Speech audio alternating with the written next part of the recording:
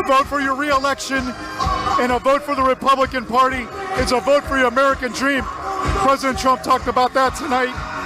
He also announced here in Michigan that they want a legal battle, the Trump administration, over voting rights and making ballot harvesting illegal here in Michigan. So it's going to help with the voting count on November 3rd, making sure all those votes come in right away so we have a count and a fair election on Tuesday, November 3rd, just 17 days away to the presidential election. President Trump also talked about enthusiasm. It's greater than ever before, greater than 4 years ago in 2016. And if President Trump overcomes everything and when he gets reelected, it is going to be indeed a great victory. And it's going to, we're making history. We're living in history, like I said before. He went on the attack against Sleepy Joe and his son Hunter making business deals with Ukraine, Russia, and China, going on the attack there. Also talked about the polls, kind of like saying how the polls are inaccurate. Really, the only poll that matters is on election day. He also talked about opening up the state of Michigan, calling out the governor to open up the state and to open your schools here in Michigan. The crowd really responded to that. The Trump recovery versus the Biden depression. President Trump warned about Joe Biden if he becomes president, how things will turn, and how that they're gaining momentum and they want to make America stronger and keep building on all of the accomplishments that have been happening over the last 4 years, especially in the economy. He talked about peaceful protests, talked about the education system, implementing a lesson plan, a pro-American lesson plan called the 1776 Commission, which is really interesting to me.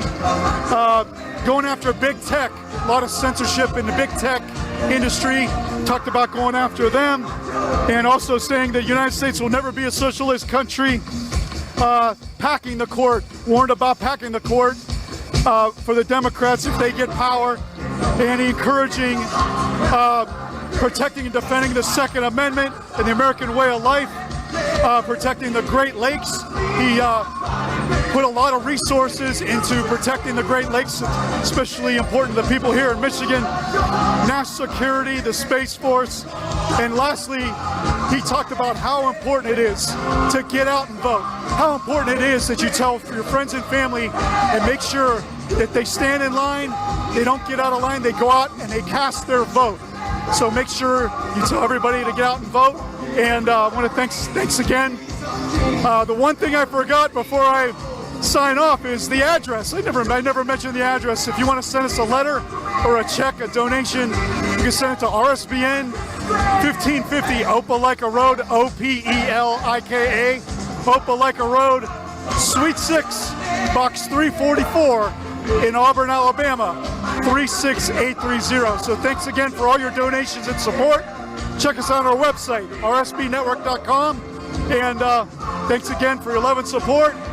My name is Tom O'Neill, and we're going to send it back to Joe back in Auburn, Alabama. And stay tuned for our next rally tonight, 7 p.m. Eastern in Janesville, Wisconsin. From Michigan, have a good night.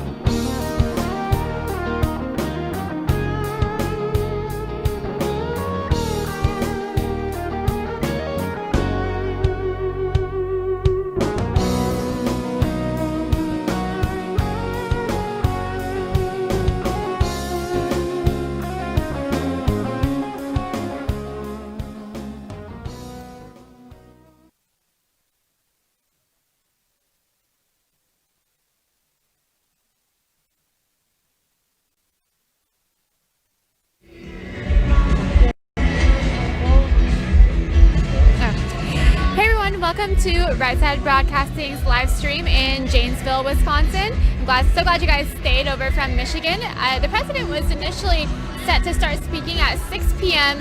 Central Time, but it looks like he is going to be a little bit late because he went over in Michigan, which is perfectly fine because we love our president, right?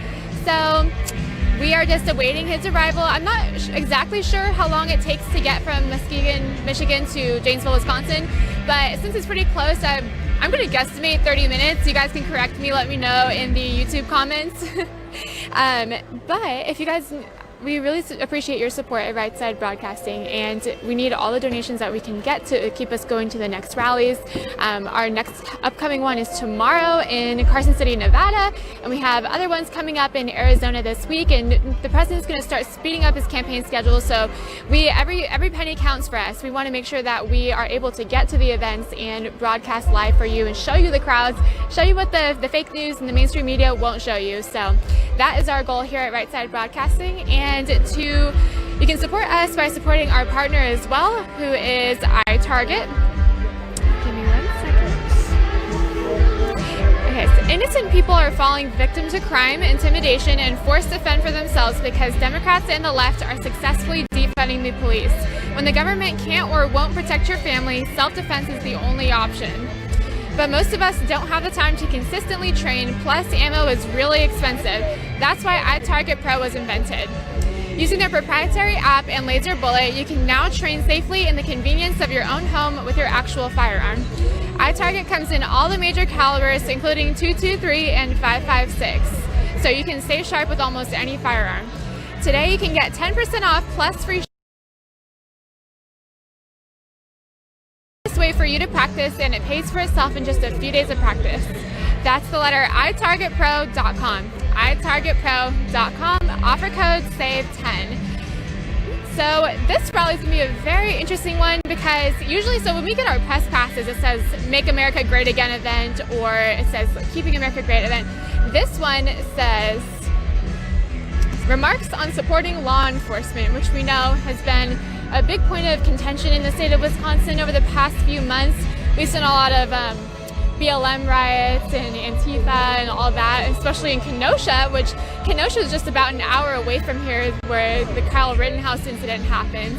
And by the way, Kyle Rittenhouse just got his gun charges dropped against him. He still has a long way to go, but at least he got the gun charges dropped. So anyway, the law enforcement is going to be a big deal in this state, and especially that this is a swing state. Wisconsin is very important in the election, and it always has been, but it's particularly over the past 20 years or so, since year 2000, it's 80% voted blue, it's voted Democrat. So the president is going to need to come here a lot before the election, so I'm sure this is not the last time we will see him here. And a lot of people say, you know, Wisconsin is like the key to the election, so we'll see what happens with Wisconsin. But like I said earlier in the Michigan live stream, President Trump only won Wisconsin by 0.77%. So less than 1% margin. That's really tiny, but of course it was an electoral landslide, so that's all that really matters. But we will see what happens in this state. It's going to be very interesting.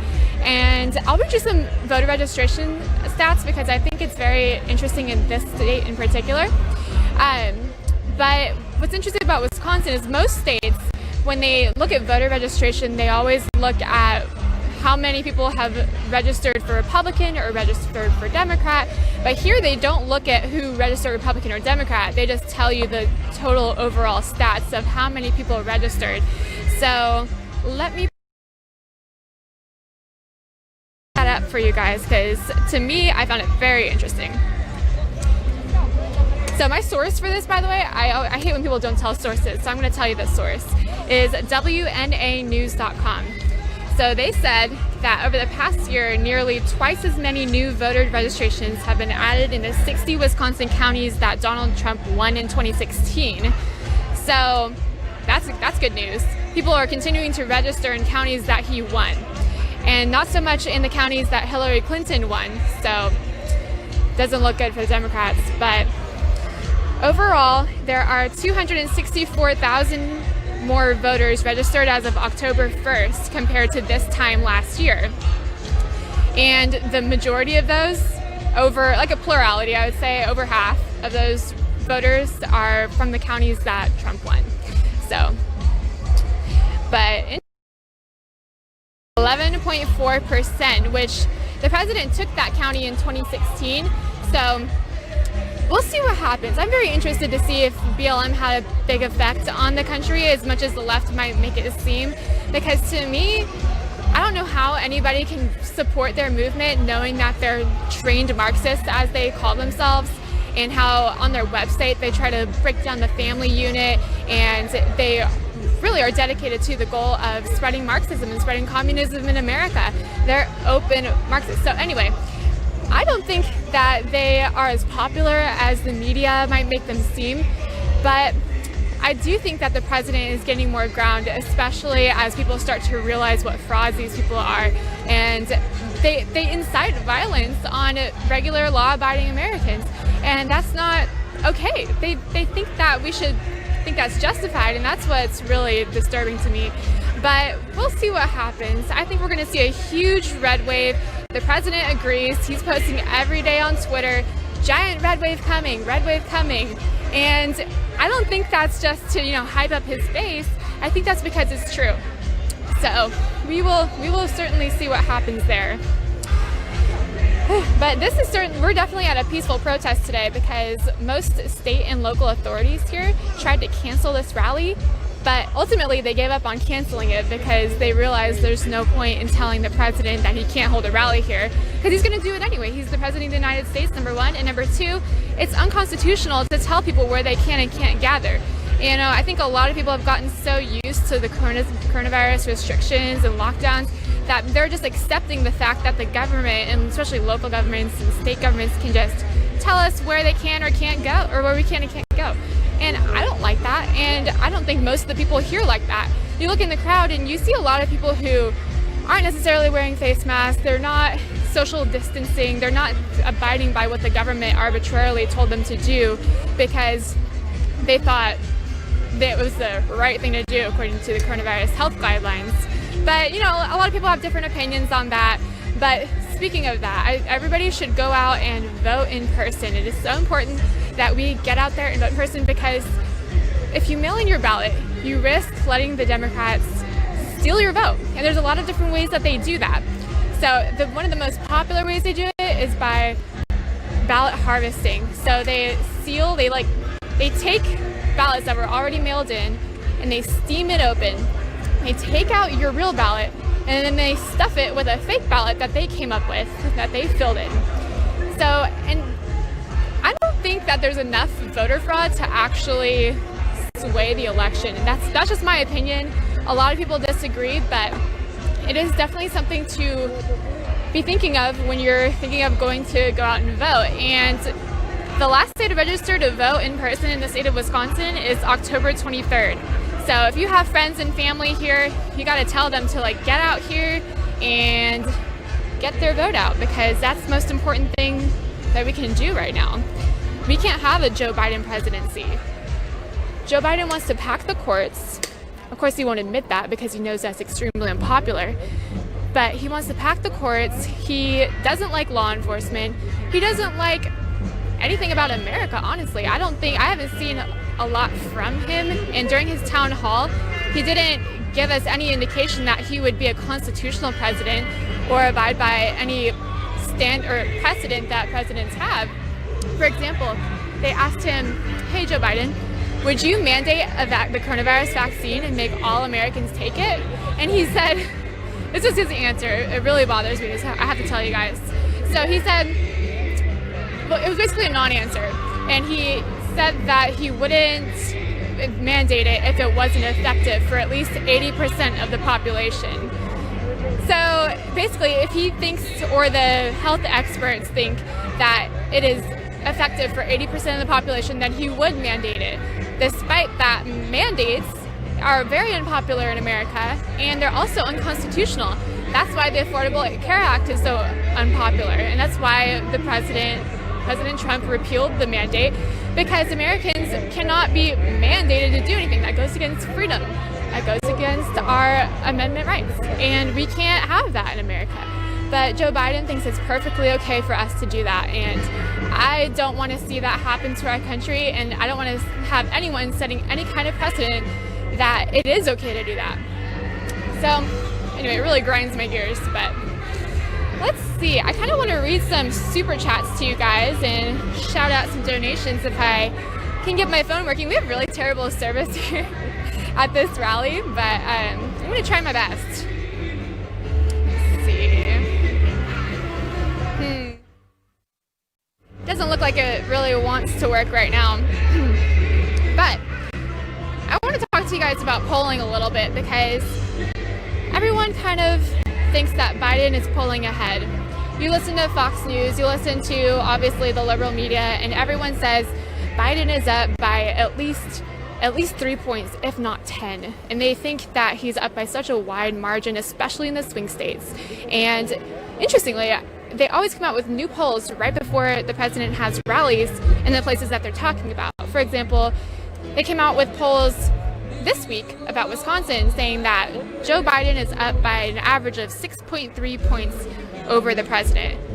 And then, just for fun, I looked at the polling from 2016 and saw that on this day in 2016, Hillary Clinton was also up by 6 points. But as we know, the polls don't mean anything, because when voters went to the polls in 2016, they elected President Trump. So much for polls. But it is interesting to keep looking at them here and there and keep checking, make sure that they're not totally like plus 20 for Biden, because I think that would be a little bit more alarming than plus 6, because that's also pretty close within the margin of error.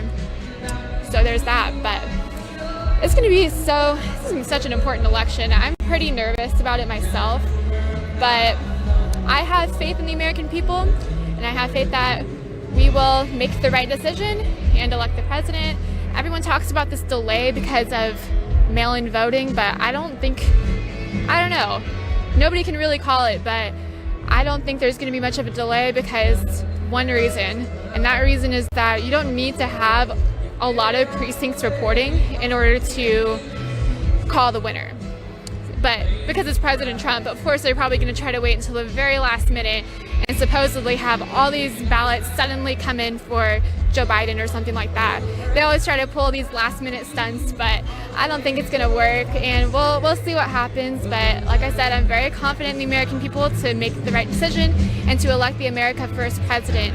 He is truly America First. He has done everything in the best interest of the people, not for himself, not for his donors, not for, Big Pharma or something like that. In fact, he's gone against everything. He's gone against his own interests monetarily. He's a billionaire, but he also lost a massive chunk of his net worth by becoming the president of the United States. So, I don't understand how the leftist media tries to convince people that he is this narcissist that only thinks about himself, and that's why he became president and things like that. That couldn't be farther from the truth. He has, like I said, he's lost net worth. His kids have lost net worth. His businesses have as well. They took big hits, and he did it to save this country because he has children, he has grandchildren, he likes people. When you use every video you see of the president, he's always interacting with people. He loves coming to these rallies. He loves, talking to the crowd, pulling people on stage. He's always interacting with us, and he's always doing things on our behalf. Like, I can think of, let's talk about this. I wrote on this last week. I actually work with a company called Freedom Wire News. So I write these things all the time, and I report on stories that the media won't tell you. So he actually freed 2 American hostages last week he brokered the deal between the United States and the country Oman in the Middle East. And these 2 Americans were held by Houthi rebels. So they had been in captivity for a year to a year and a half, and one of them, a third one, actually died in captivity. So they got all 3 of them back home. But that marks over 50 American hostages freed from over, I think it's 21 countries. Yeah, I think it's over 21 countries. And no other president has been able to broker deals to get U.S. hostages freed from other countries that are they're evil regimes, places like Iran and the other Middle East countries and things like that. So it's really important that we have a president who cares about people so much, every single one of us, that he is willing to go out of his way to make it happen, make a deal, and do whatever he can for us. So that is so important to me and why I'm voting for the president. That's one reason of many. I actually came across this website a couple days ago called 143reasons.com, and you go there and it details every single reason why this person thinks you should vote for the president. But he also, sorry, one moment. Yeah, so they listed by category, so the economy, jobs, women, minorities, and they go down the list of all the most important and biggest accomplishments the president has done on behalf of those groups. So one of them I can think of right off the bat about minorities is the president signed a $500 billion platinum plan for investment in Black communities. So that plan goes to create more businesses in Black communities and Hispanic communities, by the way. So it would create more businesses and it would work to education on keeping money within the Black community and education and improving things, because it is true that we have a lot of minorities under, I don't want to say impoverished, but less wealthy neighborhoods in the United States, and it's so important that we are able to help those people too. And the president's the only one who cares about them, and he's not Joe Biden over here trying to pander to minorities, or Hillary Clinton. I call her Hot Sauce Hillary, but there's that. But I am going to switch over to some donations because I think I finally got some in, and I'm so excited. So let's see. Okay, so this is an email donation. Thank you to Mary Clark. Trump win, win, win. 2020 MAGA forever. I love that. And thank you to Lisa Nitchman. I just found out about you. Thank you so much for all that you're doing for this president and the Republican Party. You are the first network that I've seen turn your cameras around so I could see the people at the rally. So awesome.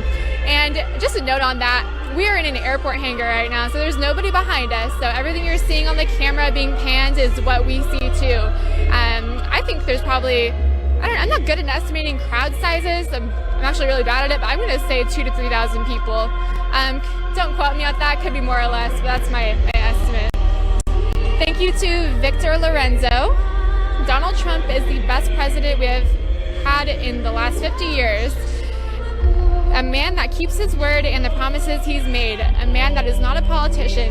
A man that brought back to the United States of America a government for the people and by the people. God bless the United States of America and our President Donald Trump. I love that message so much. That was a beautiful message. Thank you, Victor. Okay, I'm so sorry. I cannot read this name very well, but I think it's Agioma Neurom. God bless you, Right Side Broadcasting. Well done. Stand on the right side of history. God bless President Trump, his team, the USA, and the entire world. Amen. I love that. Thank you to Chuck Dotson. Keep America great. Missouri for Trump. Yes, Missouri for Trump. I know there's some talk about Missouri. It could be blue or whatever, but I think Missouri is it's going to be red for sure. Thank you to Stephen Rubinsky, Trump 2020. Yes, sir. Thank you to Vincent. Thanks for covering President Trump rallies. Thank you. Thanks to Bill Reiber, Trump 2020. And thank you to Randy Avellino. Keep up the right work, MAGA. If you guys want your donations to be read, you can go ahead and send in your donation on our website at rsbnetwork.com/donate. We prefer that if you guys do feel obligated or compelled to donate to us, then we prefer it goes there because YouTube takes a percentage. I think they take 30% of what's donated there.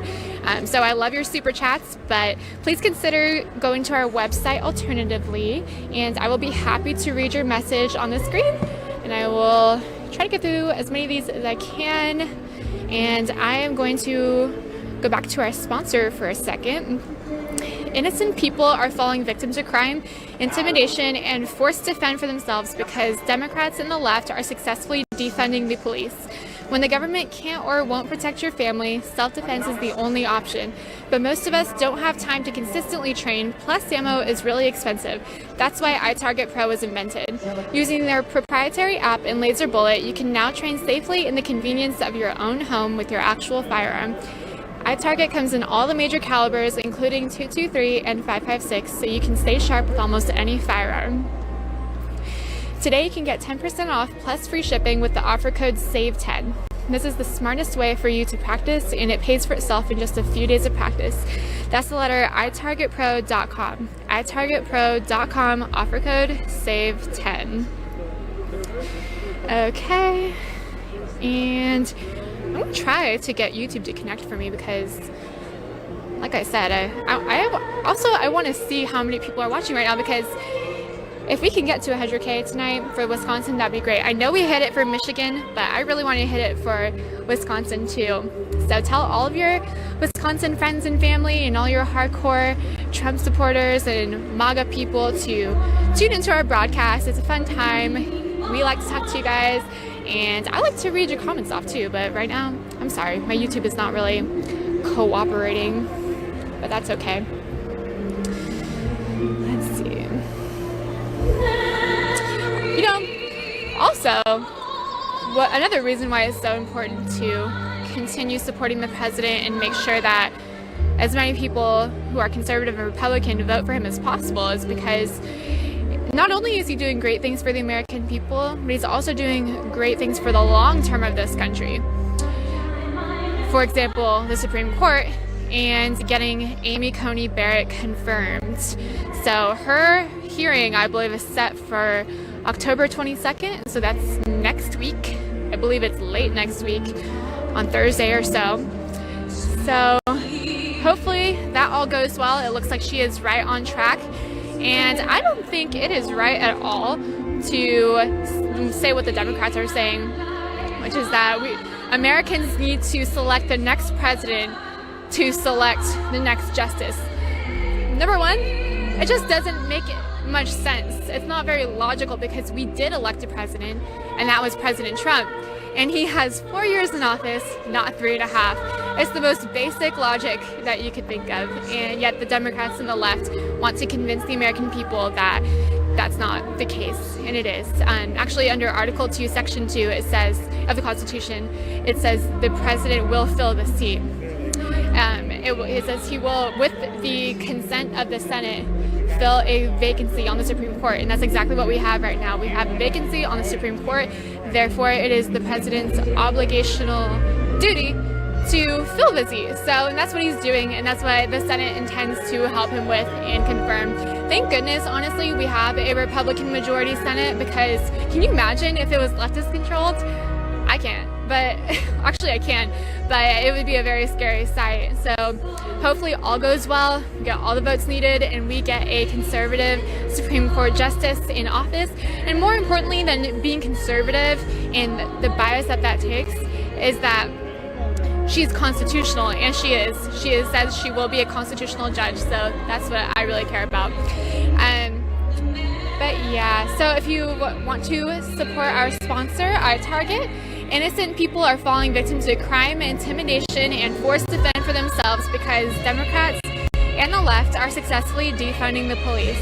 When the government can't or won't protect your family, self-defense is the only option. But most of us don't have the time to consistently train, plus ammo is really expensive. That's why iTarget Pro was invented. Using their proprietary app and laser bullet, you can now train safely in the convenience of your own home with your actual firearm. iTarget comes in all the major calibers, including .223 and .556, so you can stay sharp with almost any firearm. Today you can get 10% off plus free shipping with the offer code SAVE10. This is the smartest way for you to practice, and it pays for itself in just a few days of practice. That's the letter itargetpro.com, itargetpro.com, offer code SAVE10. And so shout out to the person on Twitter who told me this. I'm so sorry. I was reading the calibers as .223, and someone told me it's .223. So I hope I'm saying that right now. And I do read your guys' comments and feedback, so keep sending it to me, and I will read it. But again, if you guys want to support Right Side Broadcasting and help us get to all the events, because I want to be at all these events, as many as I can, and I'm sure you guys want to see how the election is going on the campaign trail, and we want to show you that. So every dollar counts for us on the campaign trail, especially as the president starts increasing his rally schedule and expanding it and doing 2 to 3 days, or 2 to 3 a days. So right now, I think he did 2 today, obviously. Tomorrow he's doing 1. I think Monday he's doing 2 in Arizona.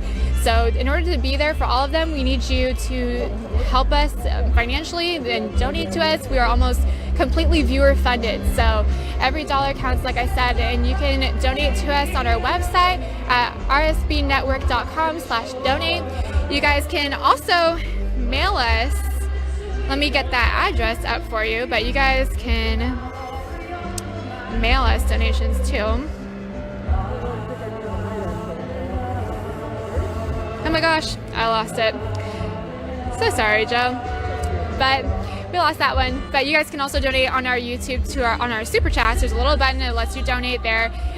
But the thing about YouTube is that they take about 30% of our donations, and we prefer to keep most of them. And I'm sure you guys don't want to contribute to big tech and making YouTube even bigger than it already is, and Google and all that. So, and speaking of big tech, who thought that was absolutely insane that Twitter suspended our White House Press Secretary Kayleigh McEnany the other day for retweeting that story about Hunter Biden's emails?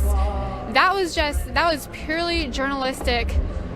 What she did was purely journalistic. Like, she just posted about a story that had credible sources and evidence of Hunter Biden with the email communicating with his dad, who says he didn't know about Hunter Biden's dealings in Ukraine.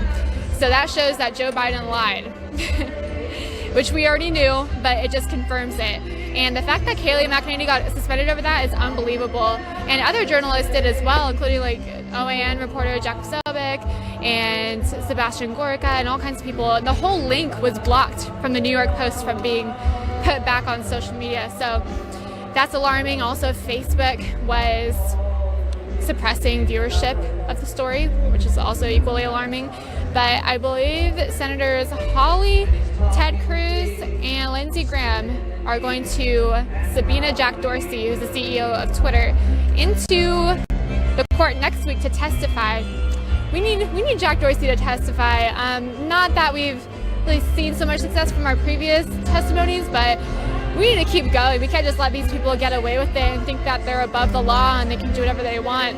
I fully agree with President Trump when he says that we need to repeal Section 230, because that is what is giving them their protections and their power as social media giants. But they are acting as publishers now. They're no longer platforms. They are censoring. They are choosing what goes on their platform, what doesn't go on their platform, what people can and can't say. Look, this is not, we don't live in communist China. This is not North Korea or Iran. This is the United States of America. We have a First Amendment right to free speech, and that right needs to be protected at all costs. We can't just allow Jack Dorsey, who thinks he's just Mr. Big Tech Man, I don't know, who's above the law, to just say and tell us what we can and can't say. That's not permittable. So yeah, we need to make him testify, and hopefully someone goes to jail, or we just need to break up big tech, honestly. So hopefully we see something good come out of that testimony next week. But like I said earlier, I'm more looking forward to Amy Coney Barrett's confirmation hearing. Oh, I see people out in the crowd. They have like the little candles. It's probably their phones these days, but they're waving candle phones. They're very excited for the president's arrival. Looks like it's actually warmed up a little bit. It was very cold here in Wisconsin earlier. I'm telling you guys, it was windy, and we got hand warmers. Me and Will got hand warmers because we were like, wow, it is so cold out here. But these people have been lined up since 9:30 a.m. or before that. That was when we saw them, so they could have been out there earlier, out in the cold, ready for the president. And like I said during the Michigan live stream earlier, I think this is a very good sign for this county, because we're in Rock County, which is a solidly blue area. And the fact that we have so many Trump supporters here, given that some of them came from out of the county, the fact that we have so many Trump supporters here is a good sign for the election. The president usually goes to more friendly places, I guess, in Wisconsin, like Green Bay and things like that. But this area, Hillary Clinton won it by 10% in 2016. So it'll be interesting to see how it goes in 2020. And I think that everything the Democrats have done in the past few months has backfired on them. I don't think that their defund or abolish the police movement is going to do them any favors when it comes to re-electing someone, because a basic human need is safety. And that party is not providing any safety to people, and it's not even giving them the illusion that there will be safety. They kind of give people like an ultimatum. If you elect us as president in 2020, then we'll make it all stop. That's what I've heard from them, and that's not the kind of people I want to elect into office. I want someone who's going to guarantee us safety and law and order, regardless of how we vote. So, and that's what the president is doing. You know, he gets so much hate from people. Especially the left, the media, the haters, and he just keeps going. He doesn't let it stop him. He just keeps going. And that's what I love about him so much. I'm going to go over to some more email donations. Let's see. From John Kerrigan, Indonesian Americans for Trump. God bless America and God bless President Trump. Thank you, RSBN, for broadcasting all the rallies. Without you, we wouldn't see all the love and support for our president. Thank you, John. From Diane, great job. Thanks for enabling us to be at every Trump rally, praying for our country. Thank you for your prayers, Diane. We desperately need prayers in this country.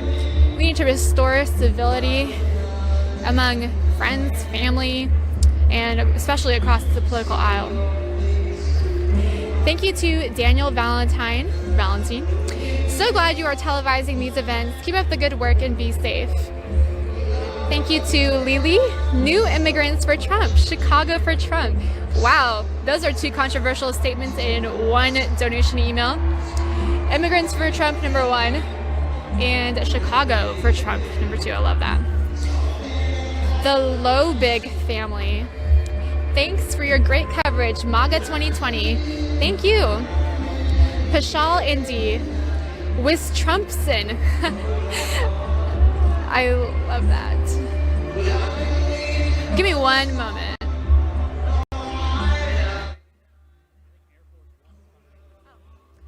I just got word that Air Force One is coming shortly. I don't see one in the sky yet, but that could just be me. But we'll see. We'll keep an eye out. Air Force One. Oh! Air Force One, Janesville Airport. He's coming. Janesville Airport, Air Force One. We are on final approach. Final approach. Air Force One, you are clear to land. The President of the United States is almost in the building. He will be landing very shortly. I don't know if you guys were able to hear how loud that roar was from the crowd when they said Air Force One was approaching, but it was huge. People here are so energetic. And yeah. Sorry about that. And again, if you guys would like to support our sponsor, we'd appreciate it. Innocent people are falling victims of crime, intimidation, and forced to fend for themselves because Democrats and the left are successfully defunding the police. When the government can't or won't protect your family, self-defense is the only option. But most of us don't have time to consistently train, plus ammo is really expensive. That's why iTarget Pro was invented. Using their proprietary app and laser bullet, you can now train safely in the convenience of your own home with your actual firearm. iTarget comes in all the major calibers, including .223 and .556, so you can stay sharp with almost any firearm. Today you can get 10% off plus free shipping with the offer code SAVE10. This is the smartest way for you to practice, and it pays for itself in just a few days of practice. That's the letter itargetpro.com. itargetpro.com, offer code SAVE10. So again, we really appreciate all of your guys' support and love, especially out here on the campaign trail. A lot of us are so busy trying to make it to every rally. I know our cameraman is he's hopping on the road again early tomorrow morning and getting out to Arizona to show you guys the coverage that you won't see on other networks. So we appreciate all of your donations and support. And if you guys want to follow me on social media and support my work and see what I do, I'm a writer at a company called Freedom Wire News. So my Instagram and Parler and Twitter is at Grace Saldana. Oh, I hear the crowd. So there. I can't see Air Force One. Oh, there it is.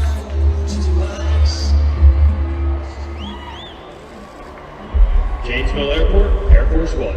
We are wheels down. Wheels down. I say about 10-ish, 15-ish minutes until the president is on stage. That's my guesstimate. I've been to about 5 of these now, so we'll see if I'm right, you guys. Not totally sure, but we'll see. So yeah, you guys can follow me. My handle is at GRACESALDANAA.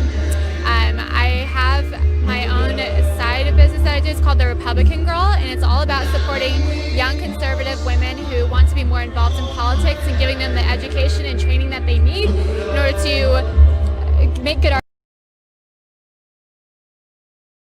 arguments with people and convince people why conservatism is the right thing. So you guys can follow that at anything on The Republican Girl. So I'm so excited to see what the president has to say tonight because, like I said, he's making remarks on law enforcement, which the Democrats would like to probably make you think that it disappeared, but it has not. We need to reignite the support for the police and our military in this country because they work so hard to keep us safe in our communities and overseas. We have the thin blue line flags everywhere at this rally. I noticed a lot of military veterans in the crowd. I think I saw a Korean War veteran, which is pretty amazing. But yeah, all kinds of people at this rally, and I am just so stoked to see the president. This man has so much energy, honestly. How could anyone think of electing someone like Joe Biden after witnessing how much energy the president has, especially considering that he just had the coronavirus last week? Maybe it was 2 weeks ago now, but he was in and out of the hospital in 7 days, and the hospital trip was only precautionary in the first place. Don't forget that. Just making sure I'm not missing anything here. But they are so excited. They're cheering. They're ready for the president to take the stage. We saw a little bit earlier from Senator Ron Johnson talking about why it's so important that we re-elect Trump, the president, and I agree with him. Again, voter fraud is a threat to this election, and it's a threat to our democracy, and we need to ensure that the power of the people physically going out and voting is what prevails in this election.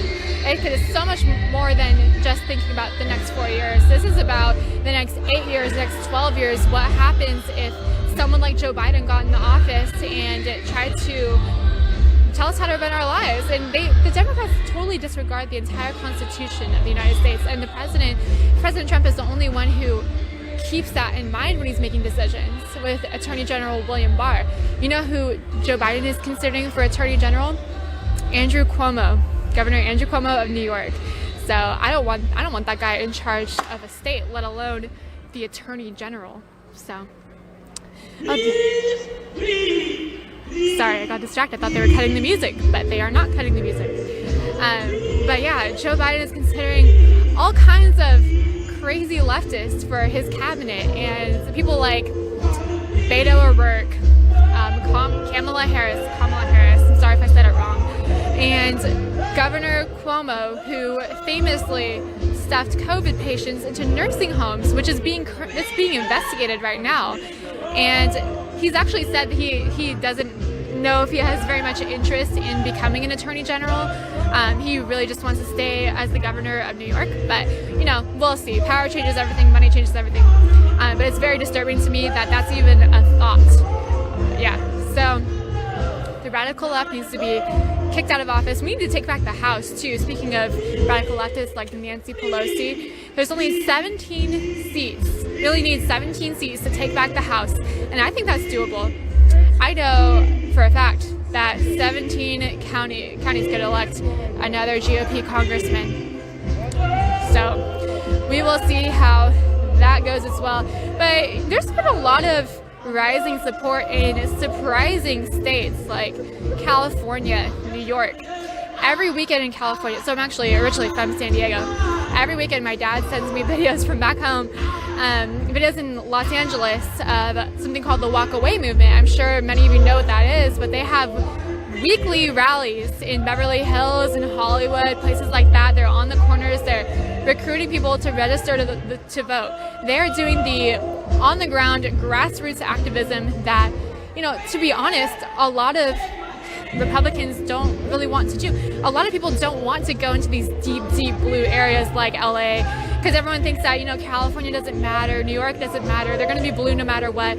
But I have a lot of faith in general, and I have a lot of faith in the state of California, and I think that we will see a red wave in that state because the last time they went red, I believe, was 1984. It was one of the 80s elections, and it may have been for Ronald Reagan.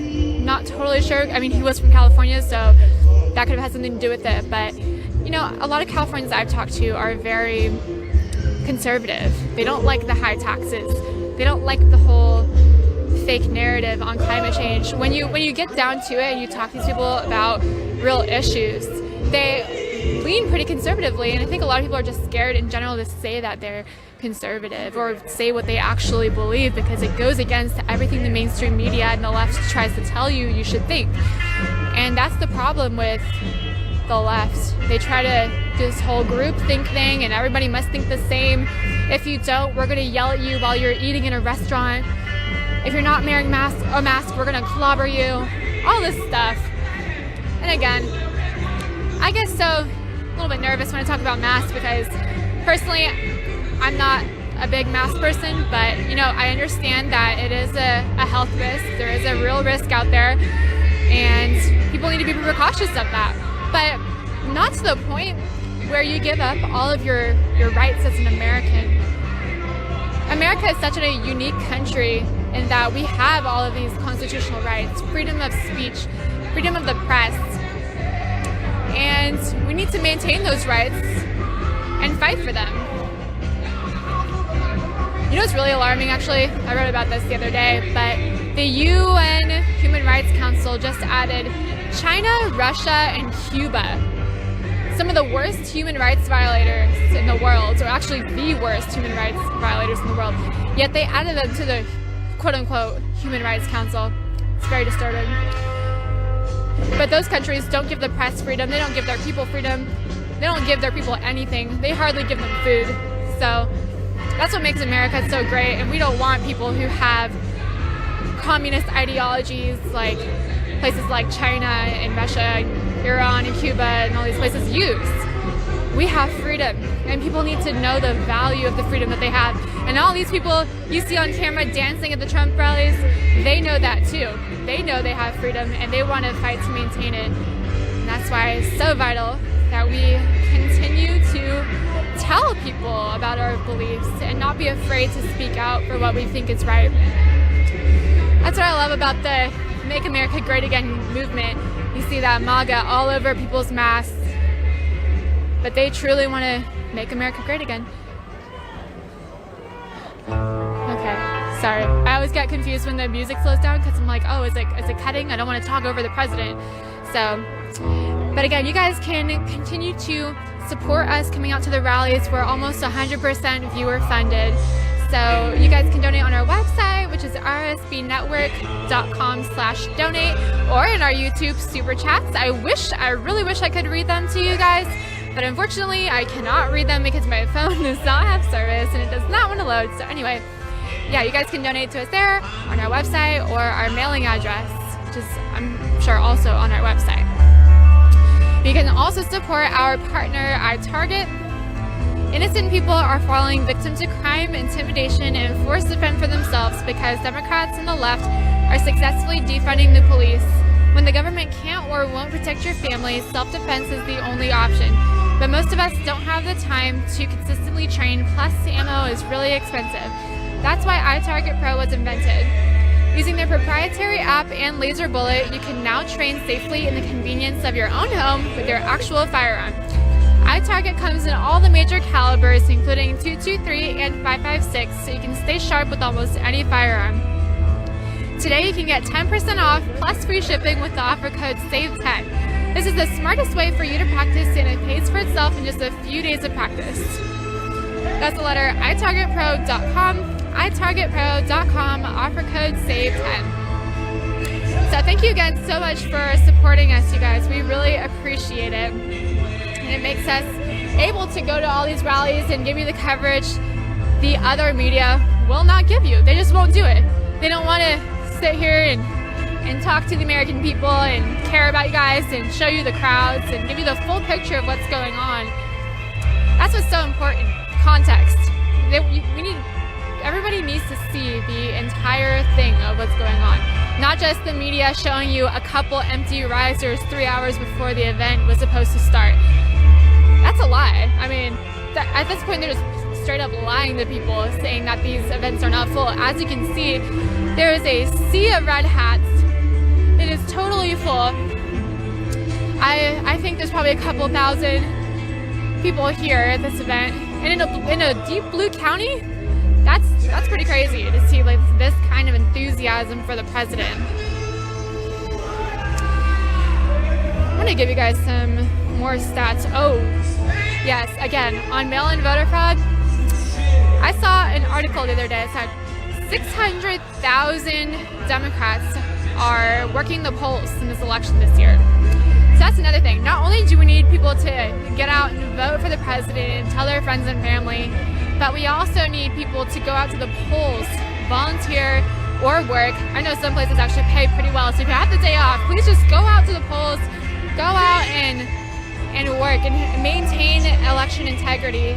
Be one of those people that says, yes, I helped make sure that the election in my area went red, or not went red, but like went fairly, and that no ballots were changed. Because that's the biggest thing. We don't want people changing ballots and ballot stuffing and going to nursing homes and stealing ballots and stuff. We need accountability in this country. So, as you guys can see, so many people here. Such a contrast to Joe Biden's events. I saw an event last night Joe Biden was having. I think he was in Michigan, if I'm not mistaken. He had less than 10 people. Less than 10 people at that rally. You guys can go look it up. I saw it on Fox News. Go check it out, because Joe Biden was talking to a tiny audience, and they weren't even trying to have a big audience. And Joe Biden just kept yelling. It was not a motivating speech. He was not talking about what he can do for the American people. It was all anti-Trump rhetoric, as it always is. They never offer any substance. It's all these statements that are just, we need to beat Trump. We need to get him out of office. He's an authoritarian, he's a Nazi, but that's all we hear from the left, and they're basically just lying. I don't know how many times the president has denounced white supremacy. How many times does he need to do it to make them happy? But that's the thing. They'll never be satisfied. If you give them an inch, they'll take a mile. And that's their philosophy for everything, including policy, including how far they can push their agenda. It's never going to stop. That's why we can't say, oh yeah, the mandate in the Affordable Care Act is perfectly fine. Because once we say, okay, we accept one mandate, then they're going to do another mandate. It's going to turn into a vaccine mandate. It's going to turn into something else. And we cannot set this precedent. The precedent is what's so important here. We can't let them just take control because they feel like it and because we think, oh, this is okay.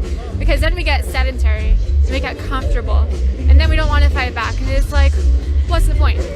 But again, that's why it's so important to continue to uphold our constitutional values and the values that we were founded on, something that the Democrats try to destroy.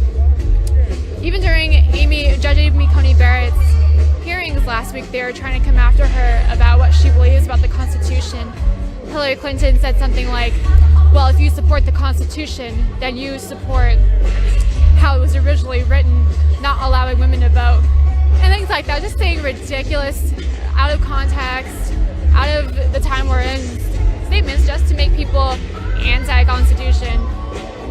The Constitution is a great thing, you guys.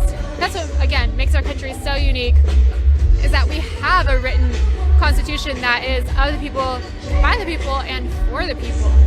That's what government is. We don't have a government that sits to rule us. We have a government that sits to make rules that help us, that support us. We elect them. We don't appoint, we don't have a monarchy where there's a bloodline that just keeps going forever, like King James the second, the third, the fourth, whatever. No, we elect people to work on behalf of the American people, and when they don't do that, they should be put out of office. And in my opinion, that's almost every one of the Democrats. Now there's one Democrat I would like to shout out. It's Vernon Jones I think he's from Georgia. That guy was a Democrat, but he saw how bad they were, and so he left the Democrat Party. And I'm not sure if he has changed his registration to Republican, but he came after them and he said, look, this is why you cannot vote Democrat. They are not good people. This is what they're trying to do. They're trying to destroy the American people, and they're not the party he used to know. And that's the thing. The Democrat Party didn't used to be this communist party of control. They used to be a party that actually liked America and supported the American people. And I wish we could restore that in America. I wish we could make it so that all Americans loved the country and truly wanted to help it. But unfortunately, it seems like we're a little ways from that in our politics, at least. I really think that Americans on the ground are united. I think whenever I go in public, there's no racial division. There's no, segregation like the left tries to make you think we need again. We definitely don't need that. That's a reversal of how far we've come. And I think the president has done a great job uniting the American people, because he doesn't make policies that only affect positively one particular race. He's not doing things just for white people. He's doing things for white people, for black people, for Asian people, for Hispanic people. He's reached historic low unemployment rates for all minorities: Asian, black, Hispanic, and also, of course, white. He's increased the middle class, decreased the poverty in this country, decreased unemployment.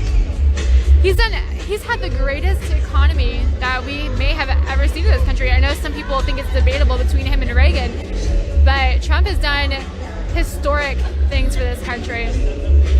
One of my favorites, actually, is taking on Big Pharma, because that is not an easy task, and he wants to make it so that Americans are not paying skyrocketing, massive prices for everyday drugs that they need to survive. People should not be forced into poverty or forced into debt because they need medications to save their life. That's ridiculous. And the president is taking on Big Pharma head on. He's taking on all these countries like China, who want to take all of our jobs and our businesses and outsource it to them. And if we elected the Democrats back into office, that's exactly what they would do. They would say, yeah, let's make a deal with China. Let's give them all our jobs, because they're in cahoots. It's the easiest way to say it. They're all buddy-buddy, but we have to elect this President Trump, to continue bringing manufacturing home. Okay. Sorry, guys. We need to bring manufacturing back home, continue to make jobs for people. We need to keep the president in office to recover from the coronavirus damage from the China virus. He's the only one who can make this country better. Joe Biden wants to re-shut us down, enforce mask mandates, possibly mandate a vaccine, and I don't want to see any of those things happen in this country. So I'm actually going to take a quick water break and throw it back to our CEO, Joe Seals, for just one moment, and I'll be right back. Thank you so much, Grace. We are live here in Janesville, Wisconsin. It is going to be a extremely busy last couple of weeks, and we have prepared for this for over the last 4 years. We've been preparing for this moment. And the China virus stopped us a little bit over the summer, because this would have been going on all summer long if it wasn't for the China virus. But we are so thankful that we're able to be back and out on the campaign trail. We've been preparing, as I said before, we have new equipment. You can probably tell the production quality. The stream quality is much better than what you saw in 2016 when we had no idea what we were doing. So I want to say thank you to all of you because you have made this possible. You wouldn't believe the story. I'm going to write a book one day about RSBN, and we're actually working on a documentary, and we have somebody following us around, and so that's the first time I've ever announced that, but it will be interesting for you to see how we do things here. I am operating right now out of a very small office, and it's just me here in the studio doing all of this. So it's not your traditional media company setup here. We don't have big studios or millions of dollars. We rely on you to get us to all these events, and so that's why we ask for your donations and your support. And if you want to help us get to the next one, you can go to our website at rsbnetwork.com/donate. It's there on your screen. It's the last time I'm going to say it today, but I appreciate you all very much, and for all you've done. We'll be in Carson City, Nevada tomorrow. We've got a full crew out there with 2 cameras, so we'll be able to bring you the overflow and all the action. Is going to be huge. Nevada, last time we were in Nevada, you probably remember the scene where they opened the gates and the people just poured out all over the runway. Well, I expect that again, and maybe even greater this time. So we're prepared with 2 cameras this time. So thank you for sending us out there to Carson City, and then we'll be in Prescott, Arizona, and to Tucson on the same day, Monday. So it's a doubleheader on Monday, and then we go to Pennsylvania and then North Carolina, and you can just expect many more to come. And I see that action there at the scene, and so the president will be speaking very shortly. Share the stream. Let's share it with everybody. We appreciate you so much because you're helping us to beat mainstream media at their own game, and we can't thank you enough. We've been #1 in the streaming ratings online for I would say about a month now. We have surpassed them almost every rally. So thank you again, and subscribe if you're not already, because we do this for every Trump rally. Believe it or not, every single one. You get full coverage like this here at Right Side. Can't get that anywhere else. The full program. So we're going to go back now to the scene in Janesville. God bless you all. And welcome the 45th President of the United States, Donald J. Trump. And I'm proud to be an American, where at least I know I'm free. And I won't forget the men who died, who gave that right to me. And I gladly stand up next to you and defend her still today. 'Cause there ain't no doubt I love this land. God bless the USA.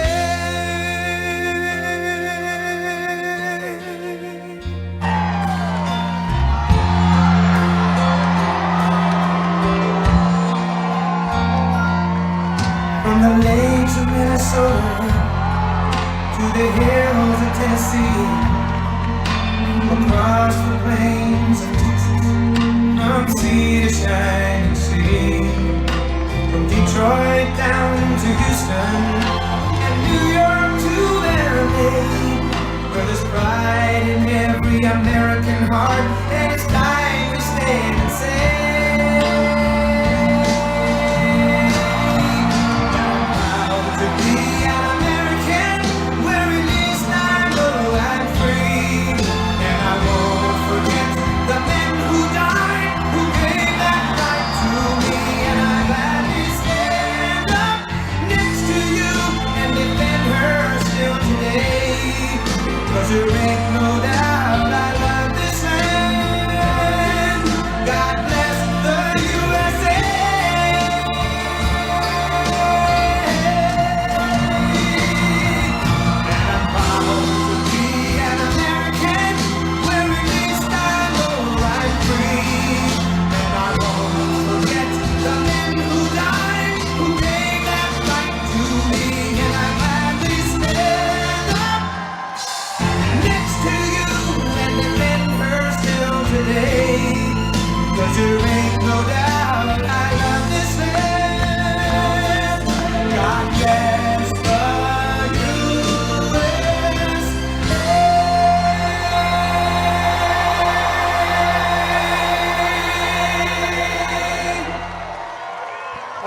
you very much. Oh, this is great. Hello. How are you?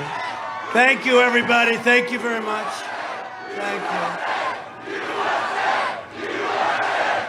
Thank you.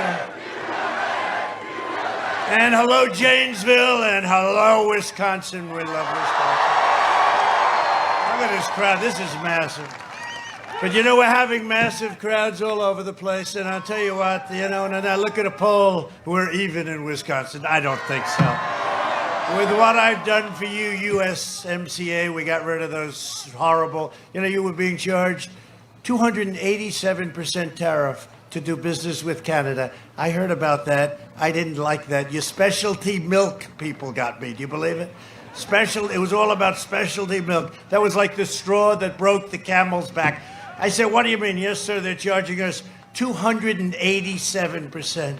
And I said, no, they're not any longer. And we knocked the hell out of it, and we got the brand new USMCA. And Sleepy Joe can't do that. It's not in his vocabulary. He has no idea what we just said. He's sitting in his basement right now watching us. He has no idea. And I hate to do this to you. I was having a great hair day, and then I heard you had 40-mile-an-hour winds. I'm looking. And I said, all right, give me the cap. I don't do it often. But now I'm looking at that beautiful sight. Is that beautiful?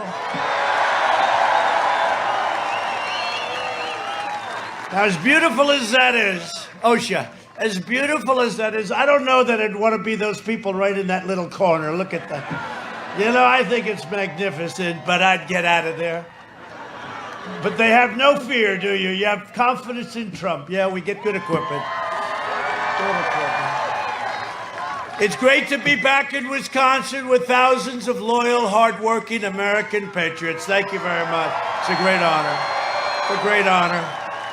And we're doing great. We're doing really well. I wish you'd have a Republican governor because, frankly, you got to open your state up. You got to open it up. You got to open it up. Get back to school.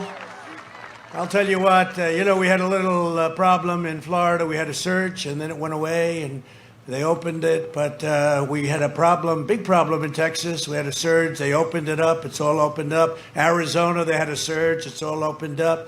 And our country is opening. And I'll tell you what, when you look at our numbers compared to what's going on in Europe and other places, but we're doing well. We're going to have one of the best economic years we've ever had next year. One of the best we've ever had.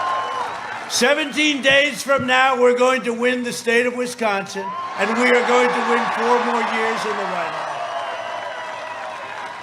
And by the way, early voting begins on Tuesday, so get out and vote, okay?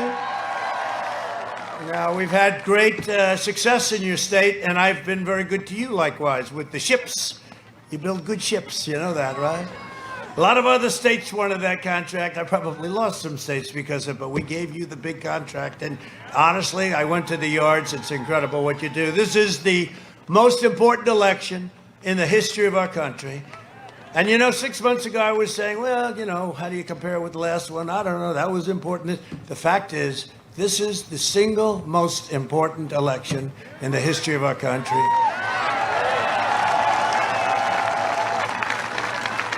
And Sleepy Joe Biden's made a corrupt bargaining exchange. You saw the bargain he made in exchange for his party's nomination, which he shouldn't have gotten because if Pocahontas got out one day early, I'd be running against Crazy Bernie, which would have been okay too. I would have had a small but energized base. Now we have a little bit larger base to run against, but there's zero energy. They're reporting on it. We've got the most energy in the history of politics, and he's got the least. The most in the history. And Biden handed control of his party over to hardcore militant left. The Democrat Party you once knew no longer exists. It's now a party of socialists and Marxists and left-wing extremists. If Joe Biden and the Democrat socialists are elected, and I've always said, our country will never be a socialist country. They would kill your jobs, dismantle your police departments, and you have a lot of great law enforcement people here today. Thank you. Thank you. I think we have every single law enforcement group in the country has endorsed us. Even New York City's finest, you know, they endorsed us. First time they've ever endorsed a presidential candidate. It's big stuff. Chicago, Florida, Ohio. Everybody's endorsed us. And I said during the debate, I said, Joe, name one group, law enforcement, that's endorsed you. Name one. And he was starting to go, he couldn't breathe. And then Chris Wallace bailed him out. And I said, Joe, say the words law and order. Say them, Joe. And he wouldn't do it. I said, say the words law and order. Then Chris Wallace bailed him out again. But he can't, because if he says law and order, that means he loses the radical left. You know what? I think he's losing anyway. But they want to dissolve your borders, raise your taxes, destroy your suburbs. Oh, have I saved your suburbs? The women, you know, they keep telling me about suburban women. I think suburban women like me. I've only saved your house, and frankly, I've saved your way of life. I've saved the American dream, but they keep saying, Trump has a problem. Well, last time they said the same thing. It was even worse. They said I had a problem with women, period. And then the night, that beautiful night 4 years ago, was that the greatest of all time? It's probably the greatest night in the history of television, right? That was, we had so much fun. The tears that were flowing out of pure. Remember the tears? From the totally non-biased anchors. We have another one of them coming up next week, you know. Kristen Welker. She deleted her entire account. I wonder why. I can't imagine. You know, I've known her for a long time. She's extraordinarily unfair, but that's all right. We did very well the other night with a person I knew was even more unfair, Savannah. In fact, nobody's seen Savannah for 2 days. What happened to Savannah? What happened to Savannah? They said, we'd like to give Savannah Guthrie. I said, that's all right. What difference does it make? They ask you a question, you give them an answer, right? It doesn't matter. But she was sort of jumping out of her seat. She was like flying for her. She was like, I told you. I said, I don't care what you told me. What does that mean? No, but we actually got A+ marks on that, but it was very unfair. And then you watch Sleepy Joe get interviewed by George Stephanopoulos, nice guy, but he's a tough guy, and he's tough. I interviewed with him 2 weeks ago. Who's tough? He's given like these lobs, like this, in slow motion, lobs. No, it's unfair, but you know what? It's so unfair, and we're president, and they're not, right? That's how unfair it is. But they want to fund extreme late-term abortion. They want to pack. Well, you got to get out and vote. You got to get out and vote. Got to get out and vote. They want to pack the Supreme Court. You know what that is? They could end up with 16, 19, 20. They want to put far-left judges on the court. They're going to pick people so far left, and you'll end up with far-left justices like we've never had ever before. And our Supreme Court, instead of being what it is now, revered, will end up being nothing. And they want to protect criminals and disarm law-abiding Americans. They want to take away your Second Amendment. If Biden wins, the lawless demonstrators in our streets, and you see them all the time, they're Democratic run. You know, I always say Democrat. You know why? Because it sounds worse. They should actually change their name to the Democratic. Democrat sounds lousy, but you know what? That's actually their name. The Democrat Party. Right? The Democrat Party. So I always say Democrat. They say Democratic. I said, why don't you try changing your name officially? But the lawless demonstrators, and they're all Democrat-run cities and states. Almost every single one of them. And they don't want to really take care of it. They don't want to take care of law enforcement. They want to cut. You see what's going on in Seattle? I mean, first of all, the police, who we love, they're all quitting. They're all leaving. And they'd still be occupying Seattle, except they found out that we were going in the morning that they all raised their hands. The reason they raised their hands is we were going in that morning. We're going to take over. Can you believe it? We're going to take over the large section of Seattle that these anarchists had. They're anarchists. That's all they are. But, you know, in theory, law and order is right. In theory, we have to be asked. We have to be asked. The federal government has to be asked. But we went into Minneapolis, And you know what happened? How long did that take? About 30 minutes? Remember, they formed a line, they formed another line. They were not socially distanced, which is very bad. In fact, they were very close. They had the world's most expensive uniforms on. They had helmets that cost a fortune. There was more computer stuff going on in those helmets. But, you know, under the helmets, great brains and tough. And they formed those lines. And then they said, okay, let's go. This is after 2 weeks of destruction in Minneapolis. That's why we're going to win Minnesota for the first time since 1972, Republican Party. We're going to win. Now, it doesn't hurt that in Minnesota they have Ilhan Omar, who hates our country, who's broken the law. I mean, she's broken the law. Let's see what happens, but she's broken the law. But she hates our country.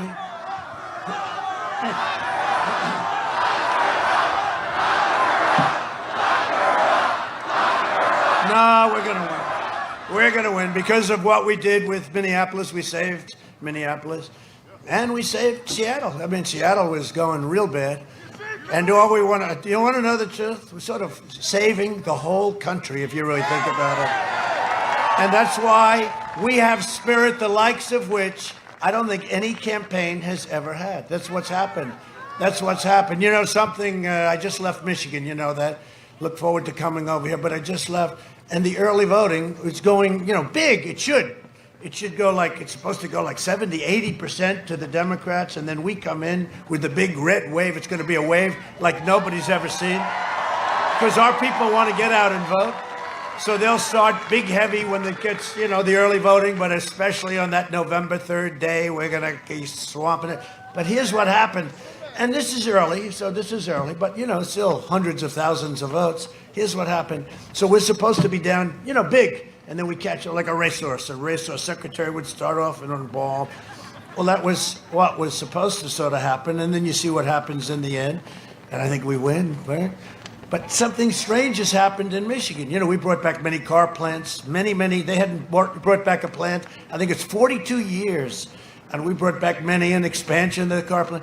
So in Michigan, a strange thing has happened. We're leading substantially in the early voting. What's that all about? What is that all about?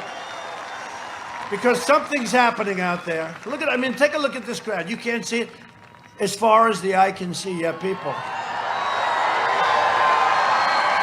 As far as the eye can see. This election day, the people of Wisconsin, and you know what? We win Wisconsin. We win the whole ball game. It's a...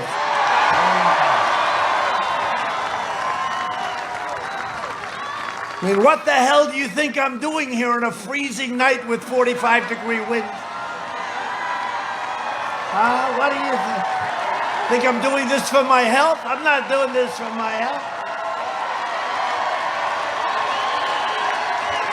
I'm doing it for that. And I'm doing it for that. How beautiful that is. Wow.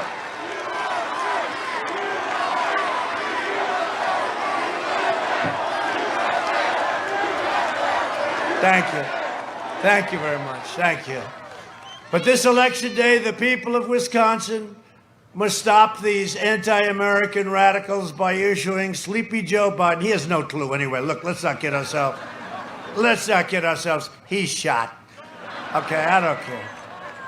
Think of it. Because this puts pressure on you. I am running against, perhaps in the history of presidential politics, the worst candidate. Obama wouldn't even endorse him. They ran together, they went together 8 years. And then even after he won, I didn't think Obama. It took so long, right? And now I heard today, they said, sir, what? Well, we have a little problem. What? Obama's going to campaign for him. I said, well, that's good news. He campaigned harder than Hillary Clinton did for Hillary. And it just made us stronger. I want him to campaign so much. I want him to campaign, because we're going to do even better. But it is true. By issuing Joe Biden a tremendous defeat at the ballot box. But it's not Joe Biden. Remember this. It's a radical left sick ideology. Okay.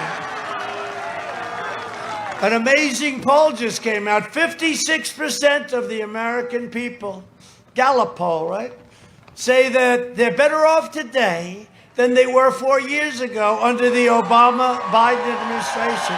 And that's a record. That's a record. And think of what we're saying. And by the way, that's a record. 56% of the people. And that's during, and we're rounding the corner. We got the vaccines, all that, but even without it, we're rounding the corner. You'll see it. We're rounding the corner. And we have unbelievable. The vaccines are unbelievable. And frankly, except for a little politics, but we have unbelievable vaccines. They're coming out real soon. And the therapeutics are unbelievable. And the cures, excuse me, I'm here.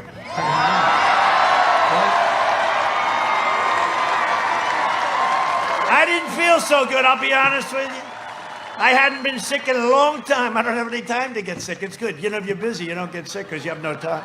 You don't think about it. But I wasn't feeling so good. I wasn't feeling like your president has to feel. I wasn't feeling like Superman.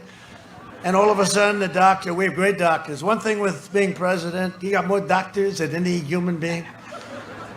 I'm lying down in a bed. I got 12 doctors from Johns Hopkins Hospital, University, great people. All great. I mean, talented, great people. And they love their president. They love their country.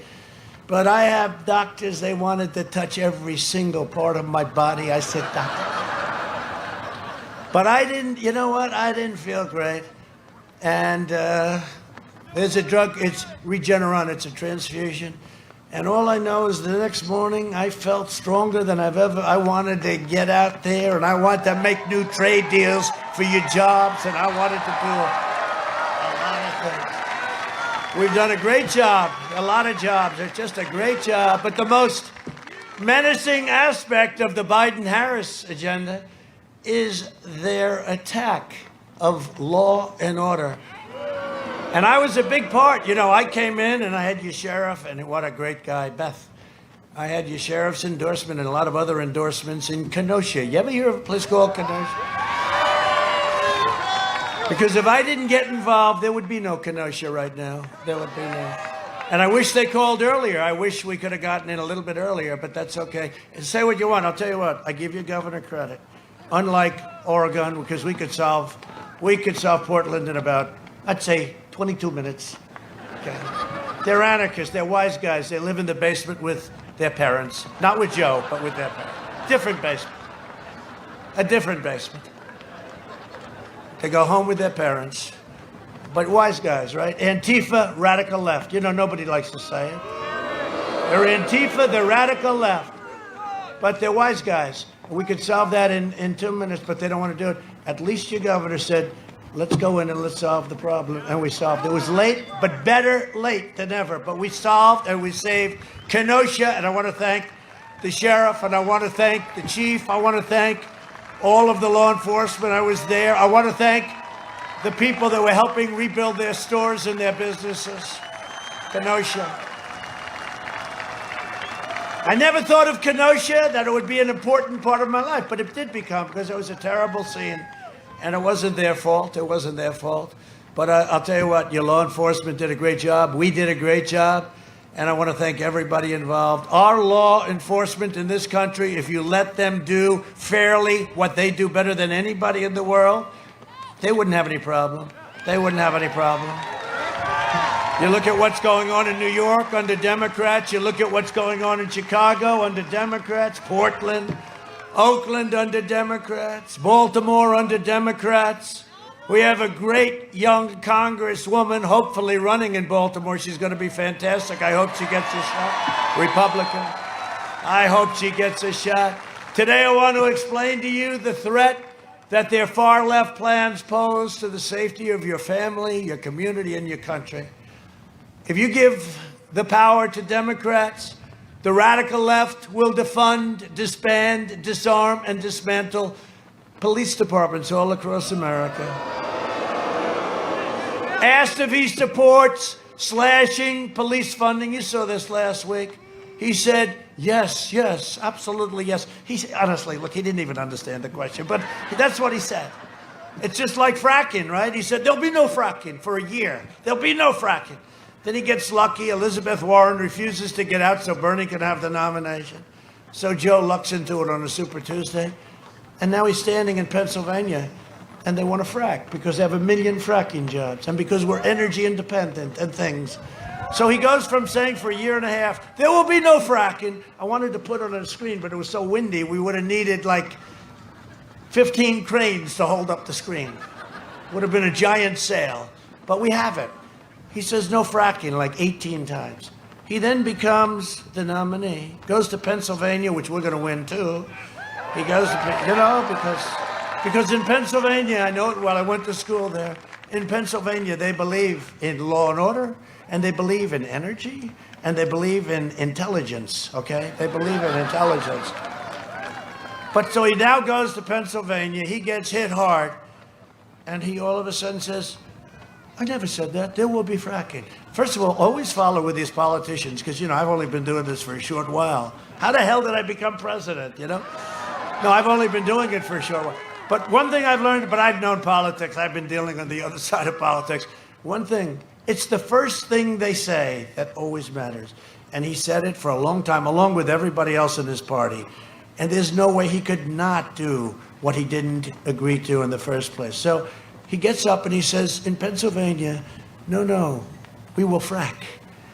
We will frack. And the whole place, and not once all the, you know, the fake news media back there, nobody said to him, but for a year and a half, you said there'd be no fracking, and now you said there'll be fracking.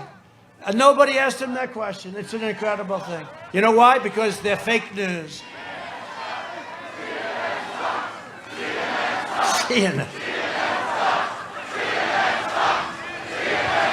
Only in Wisconsin can this happen. I know you well. As long as I'm president, we will never defund the police. We will strongly defend our police. And I will always stand with the heroes of law enforcement. Now, I think I'm endorsed by every law enforcement group all over the country, beyond the country. I get world endorsements. It's the craziest thing. I said, I never knew I was that militant. And I'm not militant. You know what? I want common sense. I want people to be safe, right? I want people to be safe. The Biden plan calls for abolishing cash bail. Oh, that's wonderful. You have a murderer. They want to abolish, so there are people all over. Look at what happened in New York. They abolished cash bail. Your crime went up like 200%. It's terrible.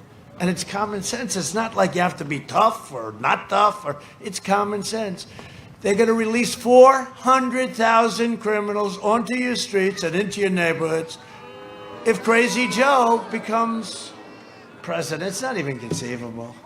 No, running against him, it's put such pressure because I'm running against the worst in the history of presidential. And now if I lose, can you imagine? If I lose, I will have lost to the worst candidate in the history of presidential politics. If I lose, what do? I'd rather run against somebody who's extraordinarily talented. At least this way I can go and lead my life. But we're not going to lose. We're going to win. We're going to win at numbers. We're going to win in numbers, right?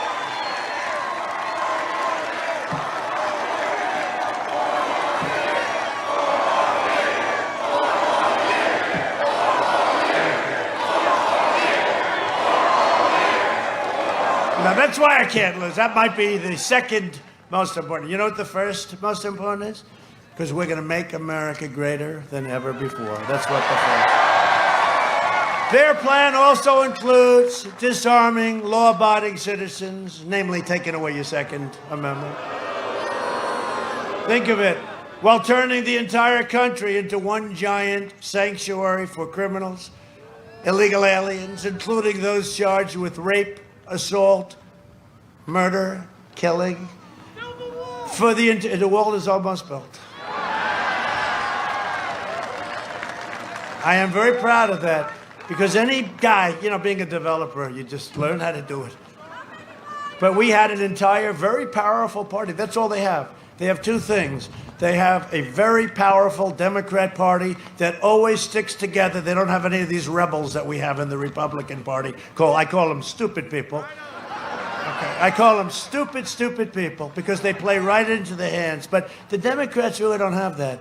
They have two things. They stick together like you've never seen. They are smart and they're vicious. Like, let's impeach him even though he did nothing wrong. They're vicious. They're vicious. Now, what we have is we have much better policies, like how about we want a strong border? They don't want to have a border. They want to have open borders, right? We don't want sanctuary cities. We don't want to protect criminals. We want jobs. We want low taxes. You know, we have a lot of good things, but I tell the Republicans all the time, a lot of people say have a lot of influence over the party. You say you got to get tougher. You got to get, you know, only fairer, but you got to get meaner, but you got to get tougher because they play a tougher game. But we have these rebels and all of, you know, they think they're hot stuff. By the way, they usually end up outside of politics in a very short time. We make sure of that. For the entire summer, Biden was silent as radicals, anarchists, arsonists, and vandals rampaged through Democrat-run cities in Minneapolis, Chicago, New York, Seattle, Portland, and other places. Biden called them peaceful protesters. Remember the guy on CNN? He's standing there and he's saying, this is a peaceful, his hand is shaking. This is a peaceful. I have no idea. It's Ali Velcher. You know, I have a really good Ali Velcher. Shaved head, right? Shaved his head. I'm thinking about doing that. That way I don't have to worry about that. I don't have to worry. He shaved. No, he shaved it all off. He doesn't have to worry about, How does it look, darling? How does it look, First Lady? How does it, darling? You're the most handsome president. I said, First Lady, am I the most handsome president ever? Yes, absolutely. I said, who could top me? Well, she said, well, JFK was good looking, but nothing like you. Nothing like you, darling.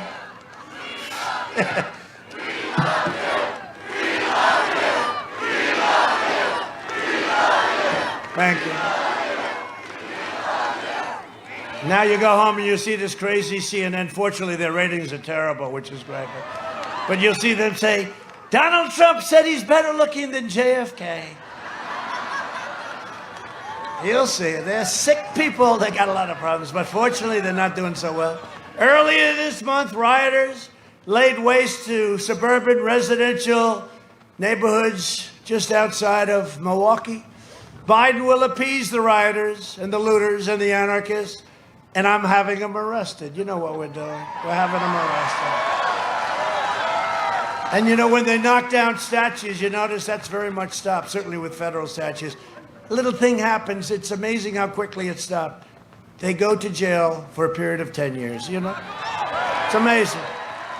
They were getting all set to take down the incredible statue of Andrew Jackson right by the White House, right? And I said, we can't let that happen. And I'll tell you what, the police went out and they charged. It was an incredible thing, you know, because today everyone wants to be so damn politically correct. The police are afraid if they touch somebody or speak to somebody rudely, they'll be destroyed. Their pension will be gone. Their family will be gone. Now, we got to protect our police. We got to take care. They're going to be fair. And you're going to have problems and you're going to have mistakes. And people will choke. You know, they'll choke and have a decision to make. They have a quarter of a second sometimes to make. And you'll have some bad cops. And we got to do something about those bad cops. And that happens. But 99.9, I mean, we have them. They're the most incredible people and they keep us safe. Right? They keep us safe. They keep us safe. So we have to take care of them. This year, more than 1,000 law enforcement officers have been viciously attacked. Nobody talks about that. You know, nobody talks about that. Several police officers have been very, very brutally murdered. You saw it a month ago with the two sitting in a car. And it's, I mean, that's just a horrible thing. The anti-police rhetoric of Joe Biden and the Democrat Party is really what causes a lot of this, too. But it puts police officers in harm's way. It really puts them in harm's way. We can't let that happen. Biden referred to police as the enemy. He just referred the enemy, quote, quote, the enemy, and vilified them as an oppressive, racist force. I mean, this guy's gotten just beaten up. He doesn't believe that. I really don't believe. I shouldn't say that. But I don't believe he believes it. Joe's running mate. Oh, how do you like her? Did Mike Pence do a great job? Did our great vice president do a great job? Never let you down. It was just too easy. I said, Mike, that was just too easy. That's not. Oh, she was just terrible. She was terrible. I mean, I couldn't believe he picked her, right? I've said it a lot. She treated him worse than any. What, they have 27 candidates, right? 27 for this job. I could tell him, it's not that easy. Well, don't forget, we have done more than any administration in the first 3.5 years in the history of our country. We've rebuilt our military. We've cut more regulation than any other administration by a factor of a lot. And we all did this. We have more federal judges by the end of the first term than any other administration. In fact, percentage-wise, the only one that has more, there's only one president that has more percentage-wise, not the number, because we'll have 300, maybe even more than that by the end of the first term. But there's only one president that has a higher percentage than I have. Do you know who that is? George Washington. Give him a hat. Give him a Make America Great Again hat. We'll say Make America Great Again hat. Again. We made it great again, and now we're going to make it great again because we had to close it up, save 2 million lives, and now we're opening it up, and we're doing record numbers, and you'll hear. Joe's running mate and America's most liberal senator, Kamala Harris, recently urged their supporters to donate to a fund that bailed out the rioters who did so much harm and even physical damage to people, but damage in Minneapolis.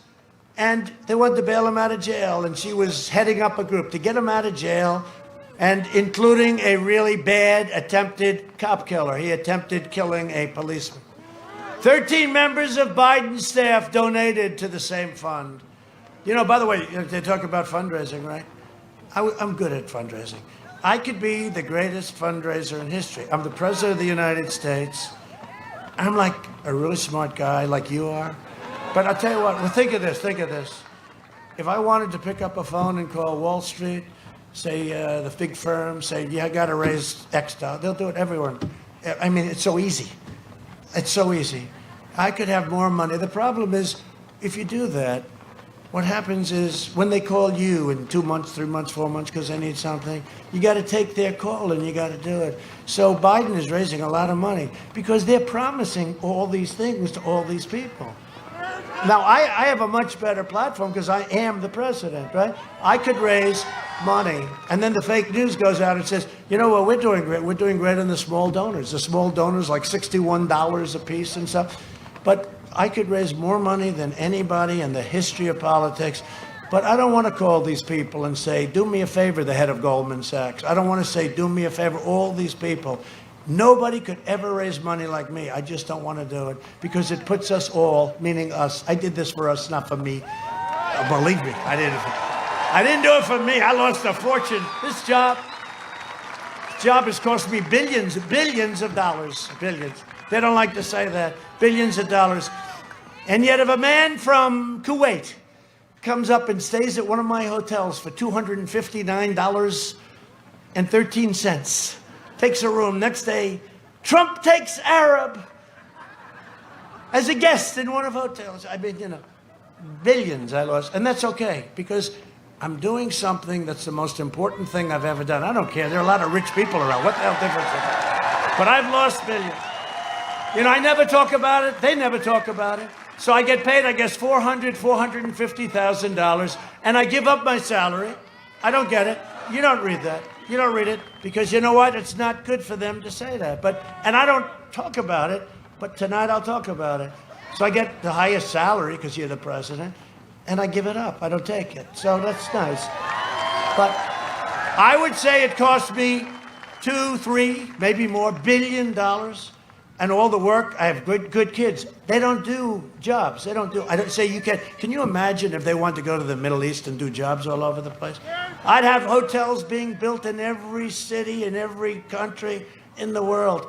And I have great kids and they're ambitious kids. They'd like to do it. I say you can't do it. And by the way, there's no legal reason you can't do it, but there is a big reason psychologically. You cannot go to Saudi Arabia and all these different places that we protect and we do all these things and that buy a lot of our planes and a lot of our everything.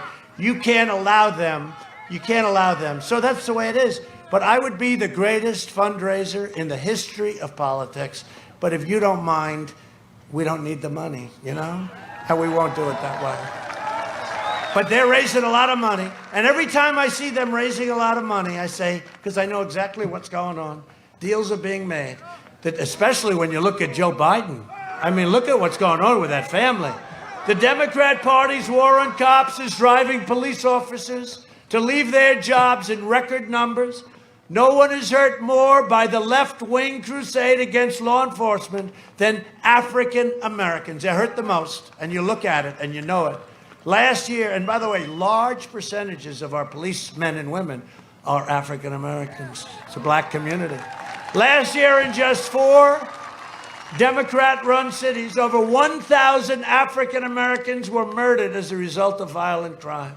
This year, murders in Democrat cities have increased by more than 30%. And we'd help them. We'd help them. We want to help them.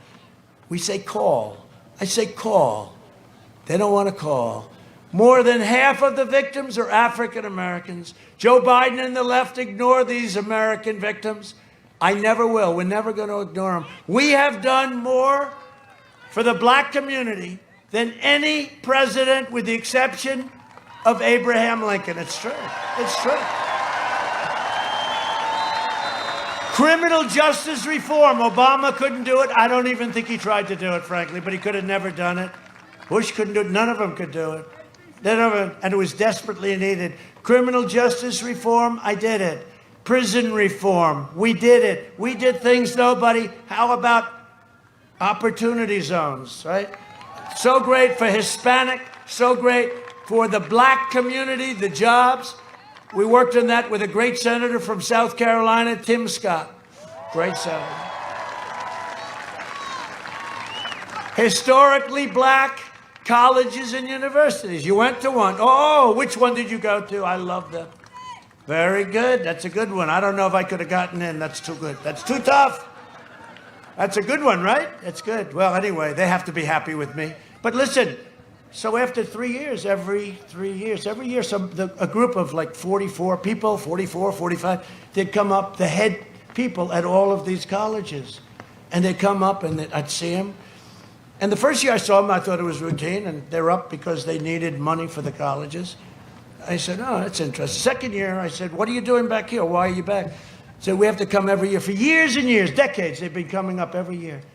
And then I see him the third year, and I say, wait a minute, let's get this straight. You mean you come up here every 3 years to beg for money? He said, we beg for money, and we feel like beggars. He's the one gentleman who's great. He told me exactly those words. He said, they make us come back every year. Obama never did it. Obama never did it. And I said, so wait, here's what we're going to do. We're going to get you long-term funding. And here's what I did. I got them more money than they were asking for. And now for a 10-year period, and I said, the only bad news is I may never see you again.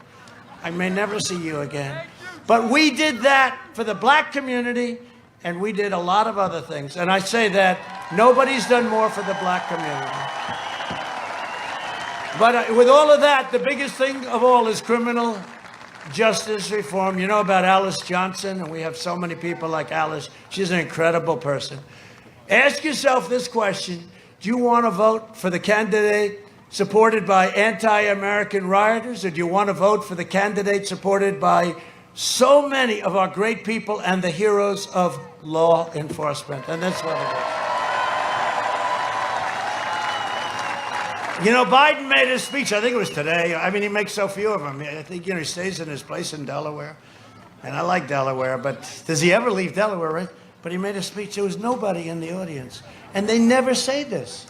They never say it. We come here, take those cameras and show the police. Please, okay? You know? We come here. No, I'm telling you, today, I think the camera slipped. Because in his case, they shouldn't show the audience. In our case, they should. And the camera must have slipped, and then there was like nobody there. He's speaking, and there's nobody there. And I'm saying, nobody reports that, and he never leaves this little area. And you know, I'll tell you what, as President of the United States, I met with Gold Star families the other week. I meet with a lot of people. I have an obligation. I can't lock myself into a basement in the White House. I can't lock myself into a beautiful bedroom at the top of the White House. I can't, where you'd be, there's no risk, no nothing. I'm the President of the United States. And I would often say, I meet people, and these are incredible, like the Gold Star families. They lost sons and daughters and husbands in Iraq and Afghanistan and other places. And I can't say, I want to cancel the meeting. And I met about 48 families. And, you know, when they come up to you, and they're close to you, and they were tested and all, but, you know, there's questions all about everything, right? This is a very difficult situation. And when they come up to you, and they want to say, my son was so brave, and they want to tell you the story, it's amazing. I mean, their son died 3 or 4 years ago. This is all, in almost all cases. I say, so tell me what happened. Sir, my daughter was a helicopter pilot, and she was so good, sir. And she was shot down, sir, in Iraq. And then they tell me what happened and how brave and how great. And I can't say, do me a favor, you just can't do that. And I say, every time I meet with groups of people, it's not all like that, it's also other people, and you meet with journalists, but I can't cancel, like cancel culture. You know, they want to cancel everything, right? I can't cancel these people. I have to take care of our people. And every time I do it, I say, you know, it's risky. And sure as hell, I caught it. And now I guess they say I'm immune, so you can... I'm immune. And I got better fast. I I can now jump into the audience and give you all a big kiss, the women and the men. I'll even kiss the men. I'll kiss those big, powerful men down there. I won't love it, but I'll kiss them. Anyway, so no, it's, you know, it's an incredible thing, but I have an obligation. I can't say, somebody said, why did you do this? Why did you do that? I said, because these meetings are so important to people, and you're the president, and I can't do that. And what happened, and I always said after, I said, boy, that's risky probably, I guess, but, you know, whatever it is. And really, I got really well taken care of. And I really believe that this therapeutic or this cure, it was incredible. And, you know, we're going to make what I had available to everybody free. Free. It's incredible. The antibody. I think the antibody is the best thing. We're going to make it free. So, you know, and it's been incredible what we've been able to do. If you support our police, if you stand with the heroes of law enforcement, then you must defeat the Democrats on November 3rd. You have to do it. You have to do it. And by the way, you know, I hate to say it. I got a little briefing. I've been here before, as you know, but I got a little briefing on the area. You know, this is a Democrat area, but it's a Democrat area that really likes Trump a lot. And a lot of us are really great workers, and the workers like me. You know who doesn't like me? The heads of the union, they never like me. You know who does like me? The people in the union, they like me. But I'll tell you, this is largely, you know, a lot of Democrats. And many people in this audience are Democrats, but they're Democrats are going to vote for Trump. And we do great here. We do great here. And I appreciate it. And I take care of our workers, and I take care of jobs. And China will not get away with what they got away with. They're not going to get away with it.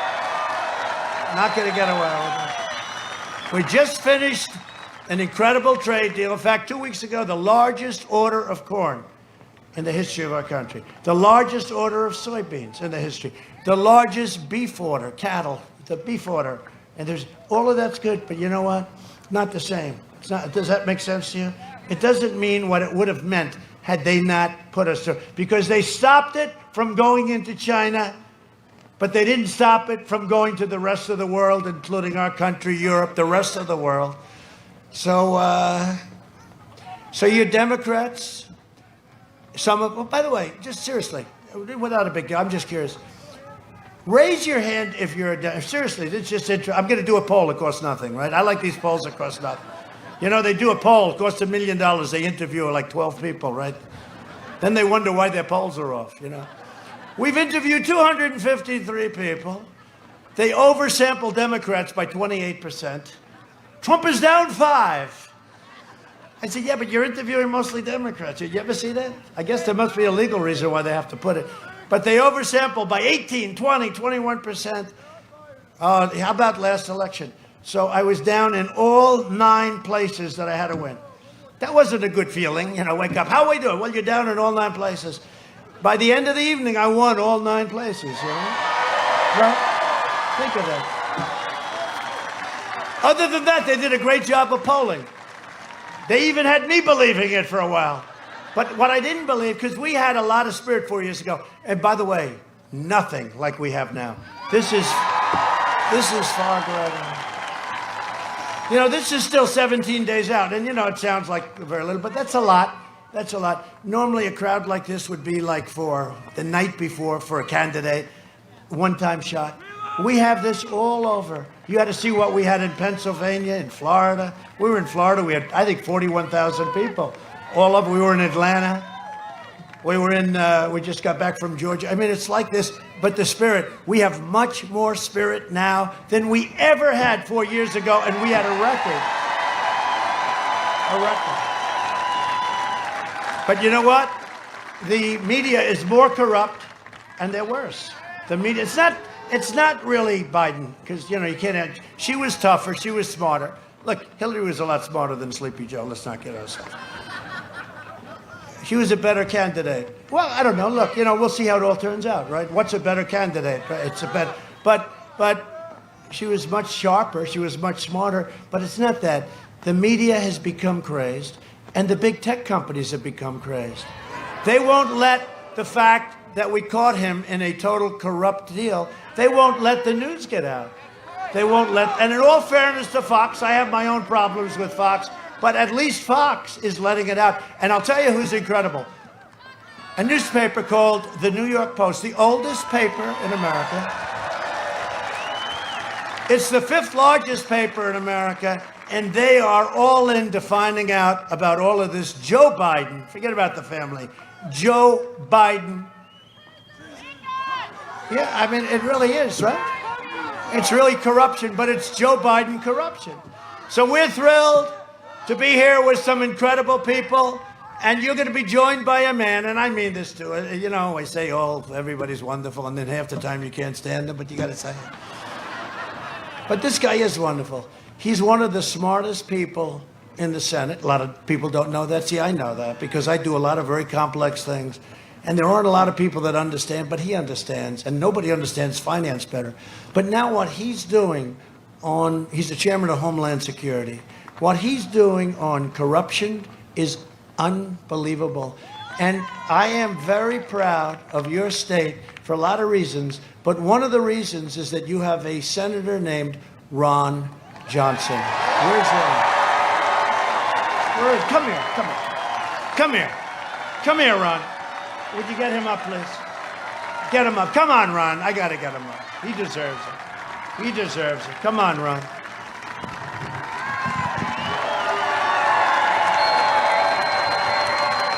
Come on. Secret Service is worried about it. Don't worry about it. He is one of the greatest people. He's one of the greatest senators. And he, I guess, you know, whenever the hell you're running, I'll be here for you. I will tell you that. Please say a couple of words. Well, thank you, Mr. President. As I was saying in the pre-program, what I admire about President Trump is his tenacity. You know, the unfair treatment in the press by the Democrats, by the deep state, it doesn't deter him. He gets up every morning. He wants to make America great. And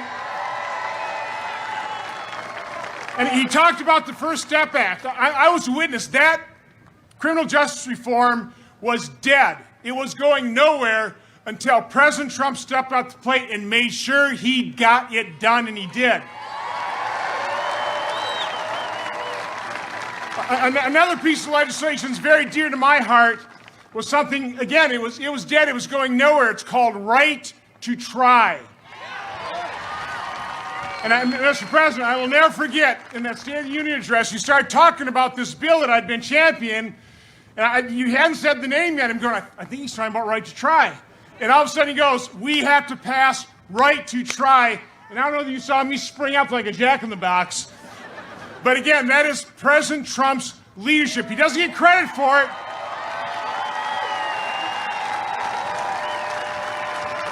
But he wakes up every day like the rest of you, loving this country and doing everything he can to make it a greater country. God bless you. God bless President Trump. Thank you.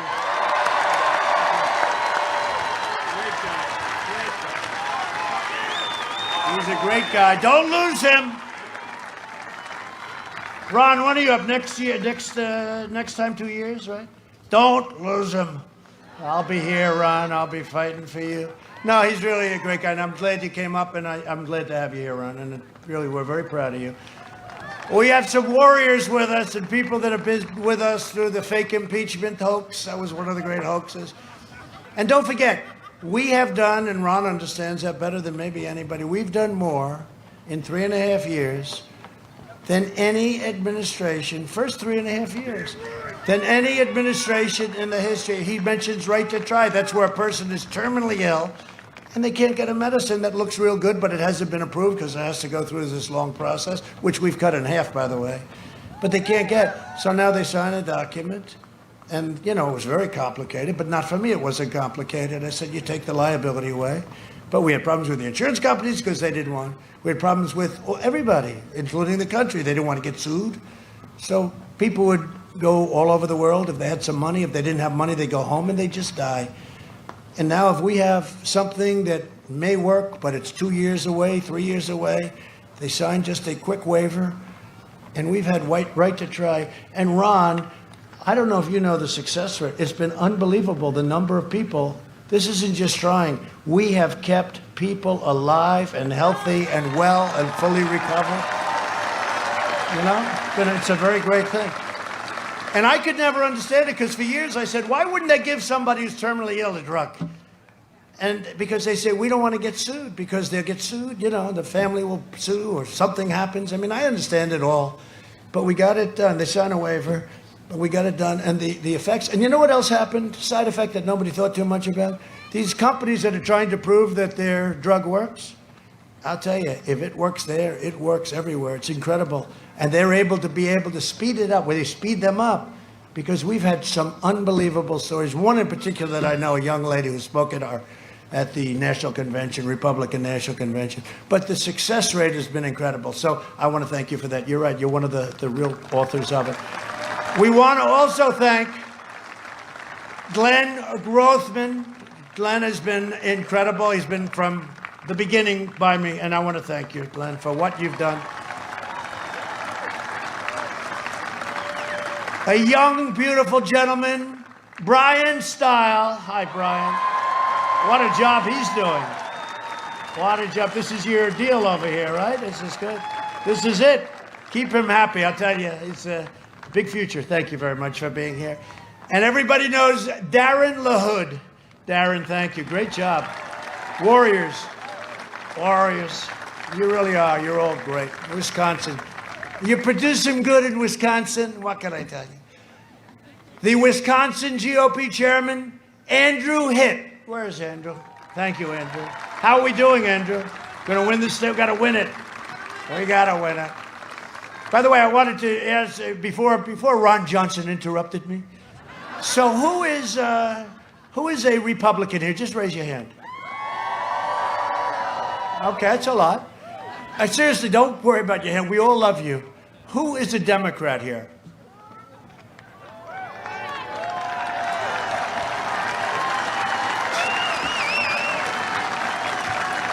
Republicans, you better get out there and win, huh? No, and we really do. No, we appreciate it. We have a lot of them over there, too. We have a lot of Democrats, but we really do appreciate it. You know, because ultimately we're looking for the same thing. We're looking for unity. We're looking for one country. And the question was asked a week ago, and they said, what about bringing the country together? Because I want that. And I said, we were there. Before the China virus hit us, we were there, and we were getting calls because the success was bringing us together as a country. We had the greatest employment numbers. We had the greatest African American, Hispanic American, Asian American, women, people with a diploma, people without a diploma, people that graduated first in their class at MIT, everybody. Everybody was, we had 160 million people working. We never had anything like it. And I'm telling you, I bet it was true with you guys, we were getting calls from people that you would least suspect, and the country was coming together. Then we got hit by the China virus, and it was back to the drawing boards. But the country is coming together, and it's going to come together. It's going to be success. And next year, we're going to have the most successful year economically, I think, that we've had. I also want to introduce the Republican candidate for Senate from the state of Illinois, Mark Curran. Mark? Great. I heard you were here. Good. Good. Good. I like it. That's great. Good luck. I hear you're doing well, Mark. Good luck. Great to have you. Thank you very much. Tell you what, Illinois could use a new governor.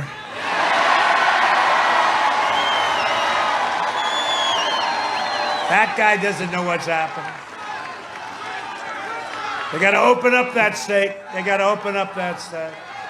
Kids have to get back to school. You know, Barron had it, right? They said Barron Trump, my boy. My very tall young boy, he's very tall. But Barron Trump had it, and they said, sir, he tested positive. And like about 9 seconds later, how's Barron doing? Oh, he's all better. No, young people, you know, they have, we hate to admit it, they have the stronger, they're very strong immune system, incredibly strong. We have to get back to school. Have to get back to school. You watch what happens. On November 4th, they'll all say, all right, now everybody, they're only doing this for politics. I really believe that. Because they want the numbers to look as bad as possible. So whether it's your state or whether it's an Illinois or whether it's New York or whether it's Michigan. Hey, we won the case in Michigan. The courts have now forced her. They said it was unconstitutional what she was doing. The only person in the whole state that was allowed to have fun and go bony and play tennis and do whatever he wanted was the governor's husband, right?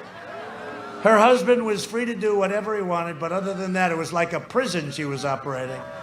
This election is a choice between a Trump super recovery and a Biden depression. And, you know, they're going to raise your taxes substantially, like quadruple. Because the only candidate, you know, all my life I've been involved in politics, never from this side, but, you know, a few years ago I said, let's give it a shot. But I've always been involved. This is the only time in my life, you know, I always heard it was good to cut taxes. I said, how do you say we're giving a massive tax increase to everybody? And it's everybody. Because, you know, you're getting thousands of dollars a year from my tax cuts. We gave the biggest tax cut in history. And he wants to end the Trump tax cut. Now he's saying, well, I won't do that. The same thing like fracking, you know, I'm going to frack. Okay, he's just changed his mind. But he wants to end it. And don't forget child tax credit. That's $1,000 for every child. So he's going to end all that. So he was going to end. We're going to end. He didn't realize that the middle-income people are getting a tremendous tax cut. And if you add energy to it, because they'll drive energy through the roof, you know. They want to end fossil fuel. They're going to end fracking. 100% they're going to end fracking. I mean, this guy goes about, we're going to end fracking for a year and a half. Then he lucks out, gets the nomination because Pocahontas refused to do what she should have done if she believes really in his philosophy of being a socialist, right? And he gets it. And as soon as he gets it, he says, no, we're going to frack. It's the craziest thing I've ever seen. But if you add energy to it, right, you add energy, we're talking about $6,000, $7,000, $8,000 a family. That's a tremendous amount. There's never been anything like that. So if you vote for me, you'll have the greatest. If he gets in, he's going to raise your taxes like crazy. If he gets in, and it's not him, again, it's his people that tell him what to do. If he gets in, you have the greatest depression in the history of this country. Your stocks will go to hell. Everyone thinks stocks, oh, it's rich people. Everybody owns stocks. Your 401ks. Who has a 401k here? That's a lot of people. Okay. Are you practically at your all-time high, right? Your 401ks will be like waste paper basket stuff. They'll be right there on the floor. You'll have a depression the likes of which we've never seen, with the possible exception of 1929. Because I don't think it gets much worse than that. But you can't do that. You can't let this happen, because he'll destroy everything we've done. You know, regulations, we cut more regulations than any administration in history. And regulation may be more important in terms of jobs and everything than even the biggest tax cut. It's the biggest tax cut in history. And I think the regulation cut, which is more than any president's done, no matter they were 8 years or in one case more, it doesn't matter. Our regulation cutting was the biggest. He wants to put them all back. That means all these companies that moved to America, that moved to the United States, that came here because of lower taxes, because of all of the things that we've done. Used to take 18 to 21 years to get a highway built, to get a highway approved. We've got it down to 2 years. And let me tell you, it may not make it if it doesn't work environmentally or if it's unsafe. But at least you're going to know. We're trying to get it to 1 year, by the way, and we're close to getting it. But it used to take, we have highways for 20 years they've been trying to get approvals. And then after that gets approved, it's totally different and it costs hundreds of times more money. If you vote for me, prosperity will surge, normal life will fully resume, and the next year will be the greatest year economically in the history of our country. Joe Biden would terminate our recovery with a draconian, unscientific lockdown. Not that you're already in it. And he'll keep Wisconsin locked up, locked down, and closed for business. Biden will shut down the country, delay the vaccine, and prolong the pandemic. And companies will be afraid to invest in Wisconsin. If you have this happen in our country, but you have a Democrat governor, I don't know him, but he's a nice guy probably. But I will tell you, companies, big companies, very strong companies like, as an example, Foxconn, they don't want to invest with these people. They don't want to invest. They don't have any security. They don't want to invest. I get in. Companies like that will put more money in than they even promised. But they're very concerned. They have to have the right climate. So we are going to do things with Wisconsin, but we're going to do things with this country like, honestly, has never even been done before. And people will come together because of success. So we're delivering a safe vaccine very soon and a rapid recovery. Biden's plan will crush Wisconsin. My plan will crush the virus and will make Wisconsin greater than ever before. That's what's going to happen. It's going to happen, fam. You have a spike, you have a surge, but if you remember, 2 months ago, Florida had a big surge. It's now gone. The numbers are very down. It's totally open. Texas had a very big surge, and now it's down. If you look at Arizona, had a big surge. All great governors, and it's down. It's down. All low numbers, really no numbers. And you're going to have the same thing. But you got to open up. You got to open up. Got to get the place going.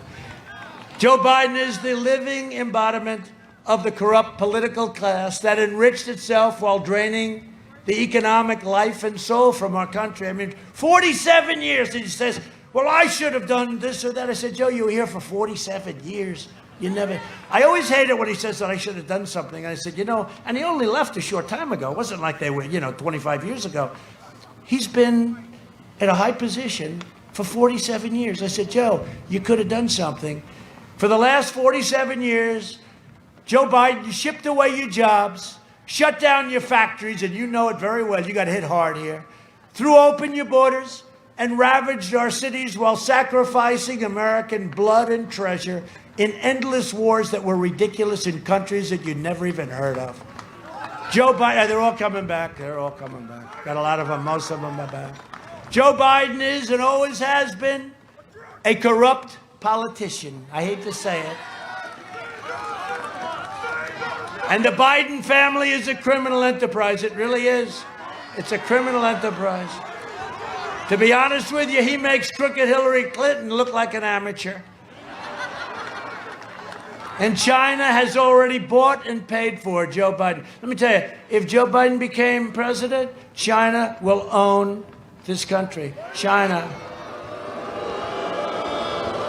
will own. They're paying us billions and billions of dollars a year. I charge them billions. They never paid us 10 cents.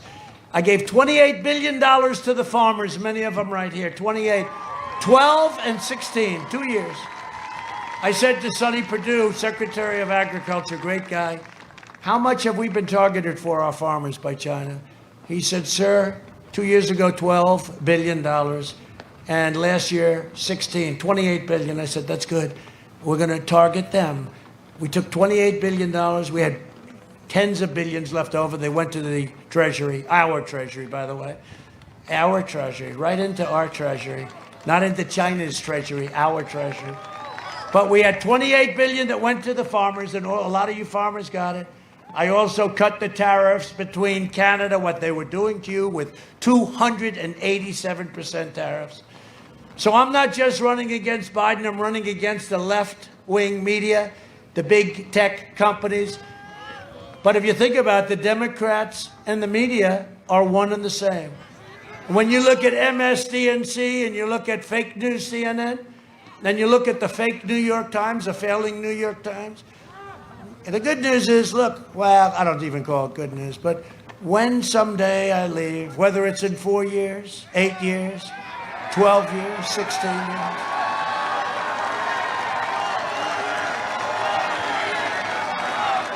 Now the story tomorrow will be with the fake news. He is a fascist. He wants to take over. No. But when, at some point, I leave, they're all out of business. They're going to go out of business. They're going to go out of business. They know it, too. That's why I expect someday they're going to all get together and say, let's endorse him. I mean, it's fun. Because he's done a really good job, and they know that. This political class has nothing but disdain for you and for your values. They flood your communities with criminal aliens, drugs, and crime, while living behind gated compounds and communities. They oppose school choice, so important is school choice, while sending their families to the best private schools. They attack the Second Amendment while employing armed guards for themselves. They want to get rid of your Second Amendment. It's not going to happen with me, I promise. I don't think they'll get Ron Johnson on their side. Ron, can I have your pledge, please? I will protect. Okay, we got Ron Johnson. Fellas, we have your votes. In 2016, Wisconsin voted to fire this corrupt and decrepit political establishment, and you elected an outsider as president to finally put America first. That's what you did. To defend our workers and our national security, I took the toughest ever action to confront China's rampant theft of American jobs. When China targeted us, we targeted them, and it was very simple, and now we're providing all sorts of everything, what we're doing for you. We have $13 billion coming to help our farmers, in addition to all of the money that China paid our farmers, including Wisconsin's incredible dairy farmers. How's the dairy business? Right? Anybody here do specialty milk? People don't realize that. Specialty milk are very important. Is there anybody? It's a very small part, but it was like the straw that broke the camel's back.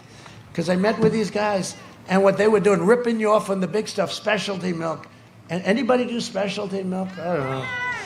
It doesn't, you know what? It's so small, but when I heard it, it was like 287%. Well, those days are over. When the Wisconsin timber industry was threatened, I imposed tariffs on dumped foreign goods and subsidized products, saving your timber jobs. And we have a long way to go. We can save a lot more. We got plenty of timber. I always say, why the hell are we taking in timber from other countries? We have it all over the place, right? And if they ever managed their forests in California and other places, you wouldn't have these forest fires. And part of that is cutting wedges. You know, you have to cut wedges, and all that stuff is sold. We have so much timber, and I don't know, I guess we're just nice people doing it from other lands, right? But we're doing good with our timber. We saved our timber jobs. If Joe Biden gets in, the radical left will shut down Wisconsin timber production forever. You know, they don't want to let you touch a tree. If you happen to touch a tree, they want to put you in jail for the rest of your life. I also issued brand new regulations to ensure American workers are first in line for jobs. We want American workers to be first in line.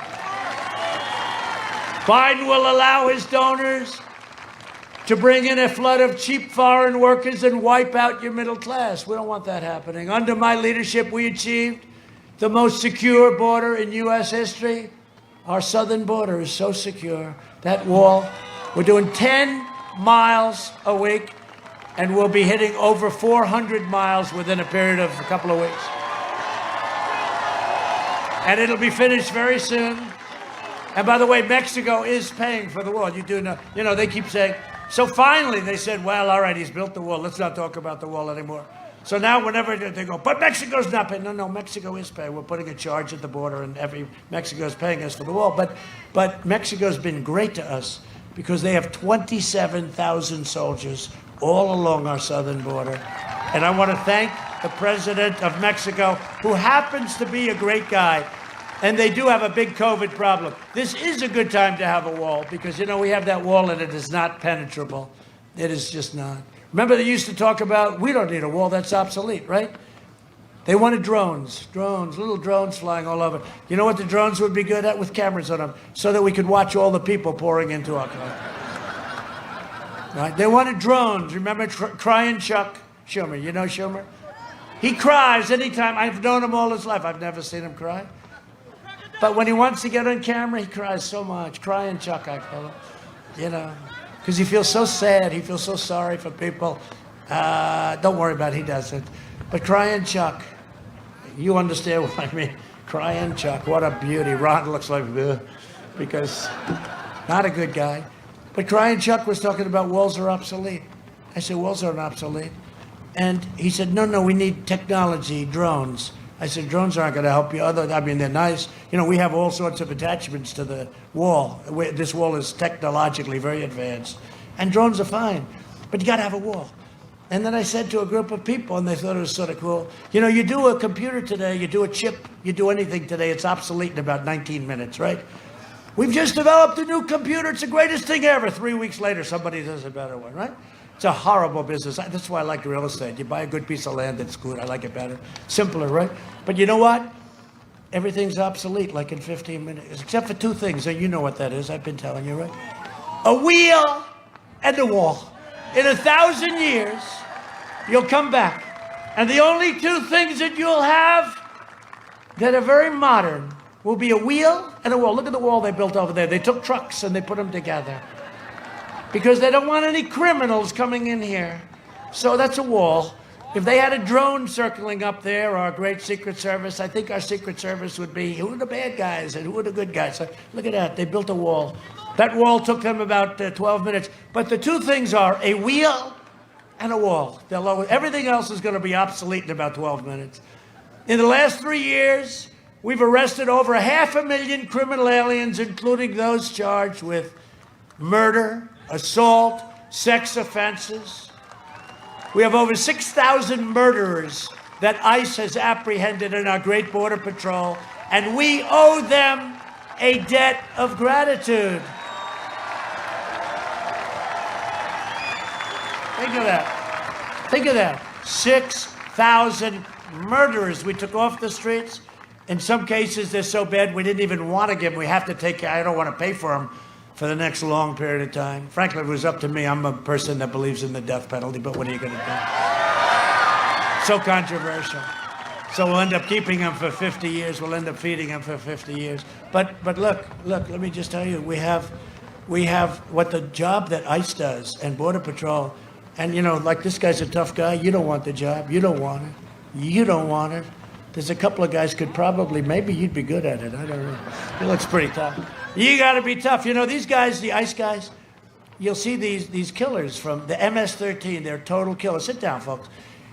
You just relax. Look, they're so exciting. They won't sit down. Just sit down. But you know, you get these killers. What? They'll be standing up in about 2 seconds. Well, that's a compliment, right? It should be a compliment, right? It's very nice. I appreciate it. But relax. Relax. What the hell else do we have to do tonight? The fact is, does anybody have a better time than at a Trump rally, right? But we don't call it a rally. We call it a friendly protest because legally, if I call it a friendly protest, you're allowed to be here. If you call it a rally, you're entitled to 2 people or something. So I said, let's call it a protest. So everybody raise your hand. This is a protest, right? That's actually true. Under the Biden administration, these criminals would be set free. Under the Trump administration, these criminals are put in jail or they're sent home. We can't do this. And by the way, the MS-13 gang members are the worst anywhere in the world. They don't even want, right? They don't even, I hope you didn't come into contact with one. No? You know too much about them. I don't know. I'm worried about you. Stand up. I'm worried about you. What the hell do you know so much about MS-13? Look at that guy. You're not. Is he with you? You know what? Can I be honest with you? If he's with you, you have no problem. You got no problem. Thank you. Thank you both very much. That's great. Great. But the MS-13, they're killers. They're horrible people. And these people go in and they go where they call them a nest where they'll be standing. They'll just run in and start swinging and fighting. And they always come out on top. And you know what? There aren't a lot of people that would be good at that job. And we have to respect those people that protect us like this. Immigration security is national security. Remember that. And we have to have borders. A nation without borders is not a nation. We don't have a nation. So on behalf of the United States, I'd like to extend my really sincere condolences to a friend of mine, President Macron of France, where they had just yesterday a vicious Islamic terrorist attack, beheading an innocent teacher near Paris. Beheading. A horrible thing, and they've apprehended 9 people, who knows.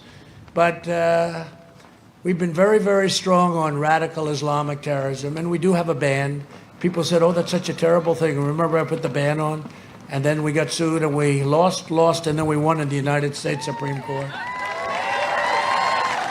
We've also invested, and France is having a hard time, and Macron's a great guy, and I just want to say whatever we can do. We've also invested $2.5 trillion, with a T, $trillion in the U.S. military, which was totally depleted when we took over, including major contracts to build new warships that saved the historic shipyard right here in Marinette Marine in Wisconsin. We gave you billions of dollars. A lot of states wanted that contract. I gave it to you. And I came to Marinette about 3 months ago, and they do a great job. But a lot of people wanted that. A lot of states wanted it. And it's okay. I'm going to lose those states, but that's all right. Just remember that, Wisconsin. But we gave it. It's a lot of jobs. It's actually a very big contract that gets bigger. But they do fantastic work. I looked at what they were doing. Incredible, talented people. And you would have lost that shipyard. That's a big yard. You would have lost it. But we saved it, and we've done plenty. We launched the first new branch of the U.S. Armed Forces in nearly 75 years, the Space Force. And I withdrew from the last administration's disastrous $150 billion for nothing, plus $1.8 billion in cash, Iran nuclear deal. And if and when we win, the first call I'm going to get is from the head of Iran, and he's going to say, let's make a deal. You know, Ron, their economy, their GDP went down 27%. They're dying to make a deal. I said, look, you want to really see the election, because you're not going to be in a position. You got to see the election. The first call I get will be them, and then I'll tell you the other calls, but I better not, because I'm going to just make the deal harder if I do. But plenty of other nations are going to be calling, because they're going to want to make deals. I recognized the true capital of Israel and opened the American embassy in Jerusalem. And I also recognized Israel. By the way, every president, for many, many presidents, right? Every single president said they were going to do that. And you went back, how many presidents? Many, many, many decades. And they all said they were going to do it, and they never did it. Because I'll tell you what, it wasn't easy. Once I got to office, the pressure put on your president not to do it was incredible. And I told the story. I didn't take phone calls. I got calls from kings and presidents and prime ministers not to do it. Don't do it, sir. Don't do it. We don't want you to do it, you know. And it's going to be horrible if you do it, sir. It'll cause problems. Then finally I said, I'll tell you what, who's calling? A king. Who's calling? An emir. Who else is calling? Prime ministers, presidents. In one case, a queen. I was thinking about taking her call, but I said, and I said, no. What are they calling about? They want to talk you out of moving the capital of Israel to Jerusalem. I said, really? It's very important. Okay, tell them that I'm going to call them back on Thursday. I had the press conference on a Tuesday. So I said, tell them I'll call them back on Thursday. I look forward to talking to them. I then announced that we were doing it, and we had Jerusalem as the capital of Israel. And then I called back the heads of all these countries. Yes, King, what can I do for you, President of the United States? Well, I wanted to talk to you about Israel, but it's already been announced. Oh, gee, I wish I got to you a little bit sooner. I'm sorry. No, it's much easier than, what do we need? So I got back to them. They were all very disappointed. And you know what? We opened, and it was going to cost anywhere from $1 billion to $2 billion. And I said to my very talented, who is one of the greatest lawyers in New York, David Friedman, a great lawyer, I said, David, see if you can get a piece of land cheap, or a piece that we already own, because they want to spend $2 billion to build this thing. I said, we can do it cheaper. Calls me back 2 days later, sir, we have a piece of land with a building on it. I think we can renovate it for $350,000, and it'll be nicer than the one they want to build. So we did it for $350,000. I actually, first time in my life, I said, David, I've never said this before. It sounds too cheap. Make it $500,000. So instead of spending $1 billion to $2 billion, probably would have never got built. You can imagine the cost overruns, everything else. And this was a better location, a bigger piece of land, a better view, better everything, safer, better part. You know, we got there early. We have the best land, right? That's why I said it. I said, David, no matter where you are, we were always there first, right? If you want a good building, buy a post office. You know, it's always there. They were always there first. But we were there first. I said, we must. And he said, we have a great piece of land, a building. We fixed it. It was an empty building. And it's beautiful. And we use Jerusalem stone, which is a complicated thing, but I won't tell you about it. Very expensive, except if you happen to be in Jerusalem. And it's a beautiful embassy, and it's opened, and now we have the capital. And I'll tell you something. Think of it. Every single president, you go back during their campaign, they used to campaign on it, and nobody had the guts to do it. But we did it. Oh, look at you. We did it, right? Did I do it? And we opened the embassy 3 months later. Can you believe that? Instead of 10 years later, we wouldn't have that thing open for 20 years. I also recognized Israeli sovereignty over the Golan Heights. 52 years they worked on it. I got it done in about 2 hours. And instead of endless war in the Middle East, we're forging peace without blood all over the sand. Okay? And countries are coming in, and they all want to come in. And the fact is, I did more in 47 months than Joe Biden did in 47 years, and it's true. What he did was destructive. And now the Democrats are pushing the most far-left agenda ever put forward by a presidential nominee. The Biden plan would destroy your Social Security and destroy protections for people with pre-existing conditions. You don't know that. They want to spend all their money on this ridiculous Green New Deal for $100 trillion. It's crazy. Just AOC plus 3. A poor student has no idea about the environment. All of a sudden, she's coming up with a Green New Deal. And we will not let them take your cattle. Don't worry about it. Your cattle are next. The cattle are next. Biden vowed to terminate our travel bans on jihadist regions, and he wanted to surge, and they've agreed to this. This is the manifesto, I call it, with Bernie Sanders, crazy Bernie, and surge refugee admissions by over 700%. This is agreed to. Opening the floodgates to radical Islamic terrorism. How's France doing? Not too good. Your state and your country will be overrun and overwhelmed, and it will never happen on my watch. Never, never, never, never, never. Biden wants to ban school choice, the most important thing, school choice, and he wants to end charter schools, which have been so successful, because he's controlled by a group. But with that, some of the most important people on this planet are teachers. Remember that. We love our teachers. We love our teachers. In his second term, I will provide school choice to every parent in America. And you know, when you talk about the black community, the Hispanic community, that's one of the great civil right developments in our country. It's called school choice, right? One of the most important things we can do, school choice, and charter schools, but school choice.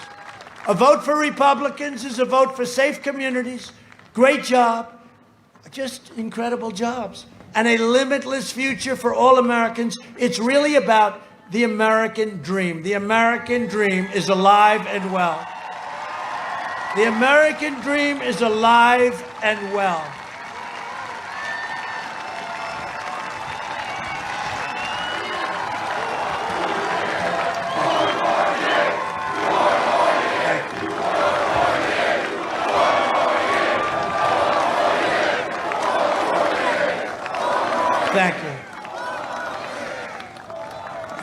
Please, thank you very much. And I will say again and again, had we not been hit with this virus, you would have seen things that like you've never seen before, but we're going to have it back there very, very soon. We're setting records. We're going to have it back very soon. So in conclusion, over the next 4 years, we will make America into the manufacturing superpower of the world, and we will end our reliance on China once and for all. We've already started. We will hire more police, increase penalties for assaults on law enforcement, and we will ban deadly sanctuary cities. We will uphold religious liberty, free speech, and the right to keep and bear arms. Second Amendment. We will strike down terrorists who threaten our children and our citizens, and we will keep America out of these endless and ridiculous foreign wars. We will maintain America's unrivaled military might. We have the greatest military now in the world. When I took over 3.5 years ago, you know it, in the military, our planes were old, everything was old, our missiles, our rockets, our nuclear wasn't in the condition it had to be in. You never want to use it. You never want to use it. We hope to God we never have to use it. Now we have the greatest weapons ever produced by a single country, not even close. The hypersonic missiles, I call them the super duper missiles. They go 7 times faster than a normal missile. Now, President Obama let that get away. They took our plans to Russia and other places. But now what we've done, because we had the technology like nobody else, so that missiles, rockets, ships, tanks from Ohio, we make them in Ohio. We kept the plant open. I kept that plant open. Lima, I kept the plant open. I said, you can't close this plant. The plan was to close it. I said, you can't. It's the only place in the country. I went to Ohio with Jim Jordan, a great guy. I visited. And I saw the people, and I saw the technology and the complexity. I said, you'll never be able to build a plant. You'll never be able to reproduce it. Anyway, we kept it open, and now it's working 24 hours around the clock.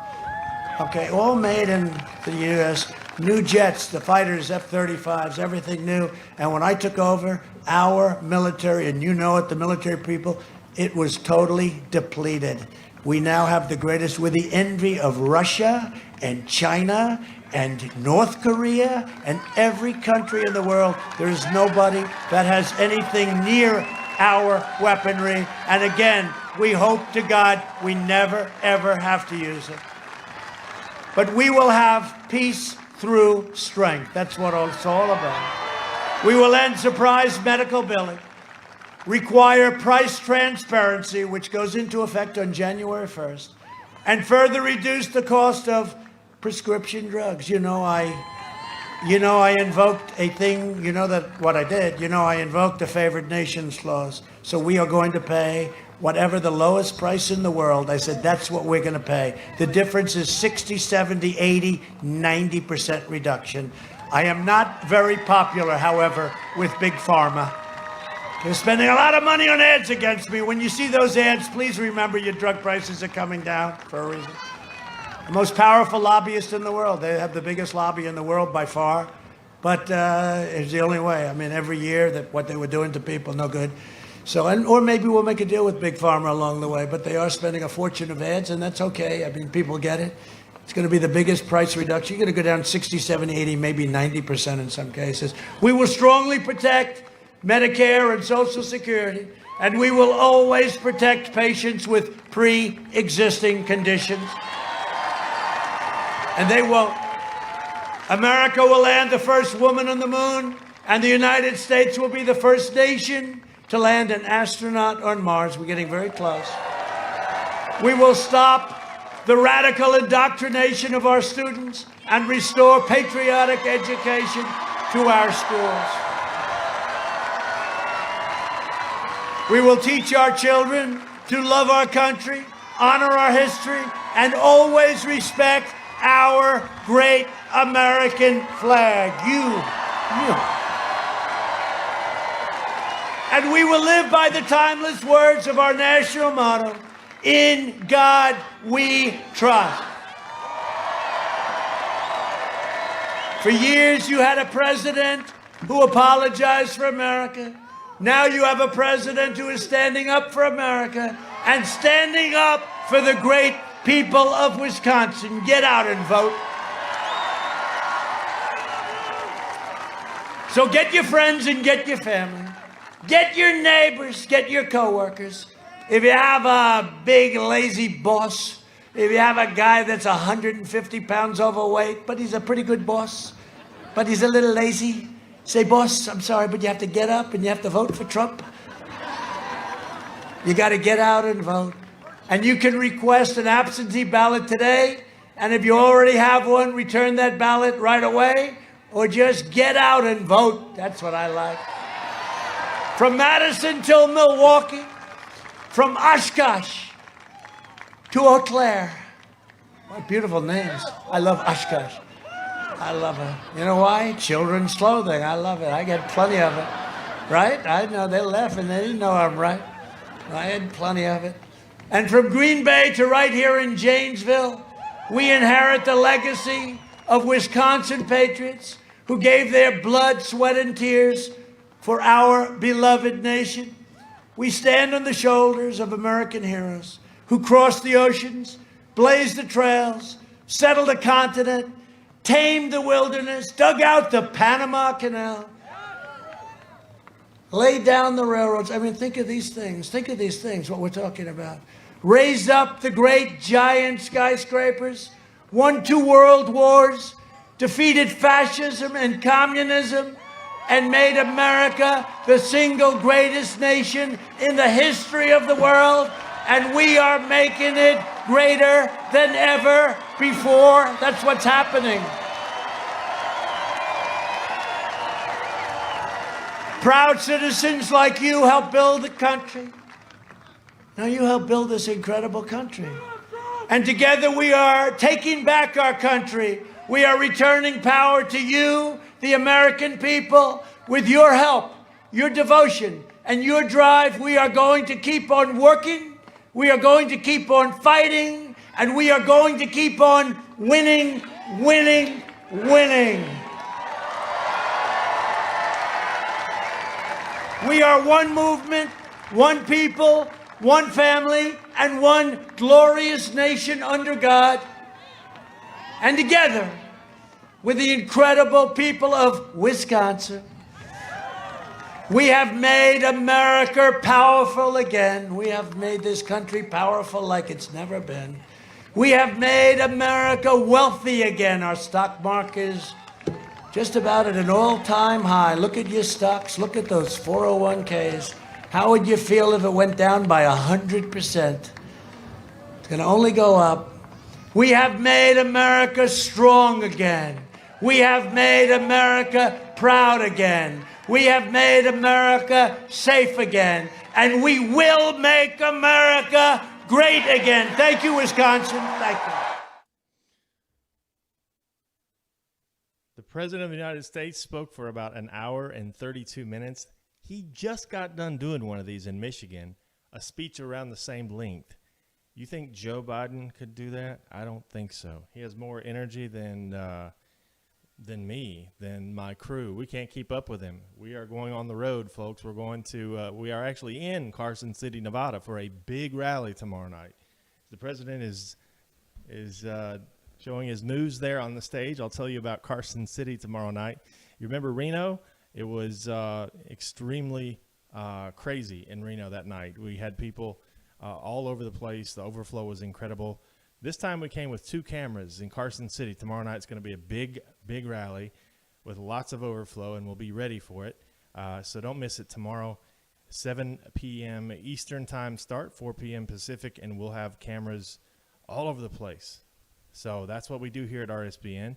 We're going to be going on the road between now and November 3rd. Arizona on Monday for 2.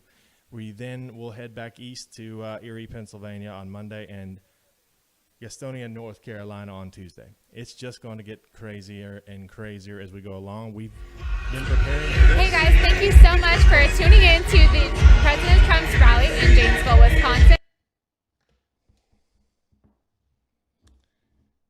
I'm going to let Grace go, but I wanted to say thank you all for watching. We obviously are tired and we need to be better organized here, but we appreciate you watching. Tune in tomorrow night. If you want to support us, help us get to these rallies, rsbnetwork.com/donate. We need your help because we have a huge task in front of us, and we promise to be there for you. Thank you. Every bit of support and help counts from you guys, and views and everything. So we also appreciate your guys' support for our partner, iTarget. Innocent people are falling victim to crime, intimidation, and forced to fend for themselves because Democrats and the left are successfully defunding the police. When the government can't or won't protect your family, self-defense is the only option. But most of us don't have time to consistently train, plus the ammo is really expensive. That's why iTarget Pro was invented. Using their proprietary app and laser bullet, you can now train safely in the convenience of your own home with your actual firearm. iTarget comes in all the major calibers, including 223 and 5.56, so you can stay sharp with almost any firearm. Today you can get 10% off plus free shipping with the offer code SAVE10. This is the smartest way for you to practice, and it pays for itself in just a few days of practice. That's the letter itargetpro.com, itargetpro.com, offer code SAVE10. So thank you so much, you guys, for all of your viewership and support. We really appreciate it, and this crowd was so excited to see the president, and Wisconsin's going to go red. I'm telling you guys, Wisconsin is going to go red, and so are all the other states who typically go blue, like New York and California and places like that. But yes, Wisconsin is a swing state, but they are raring for Trump. We're ready to go. So I'm so excited to see what this election has in store for us, and I am 100% positive that is going to be overwhelmingly in our favor. President Trump is going to win in a landslide despite all the odds, just like in 2016. So if you guys want to follow me on any social media, I'm a writer. I work at a company called Freedom Wire News. I'm a Turning Point ambassador, and you guys can follow me at my handle. It's Grace Saldana, GraceSaldanaa. And of course, you guys need to share all of our live streams with all of your friends and family, and make sure that they're subscribed to Right Side Broadcasting, because every bit helps. You know, the left is going to start, the big tech is going to start cracking down on companies like us. They don't want you to see the truth. They want to hide it from you guys. So we are here to help spread the truth and show you guys what's really happening at all of these rallies. So again, you guys can support us on our website, which is rsbnetwork.com/donate. And you can also mail us a check to our address that's on our website as well.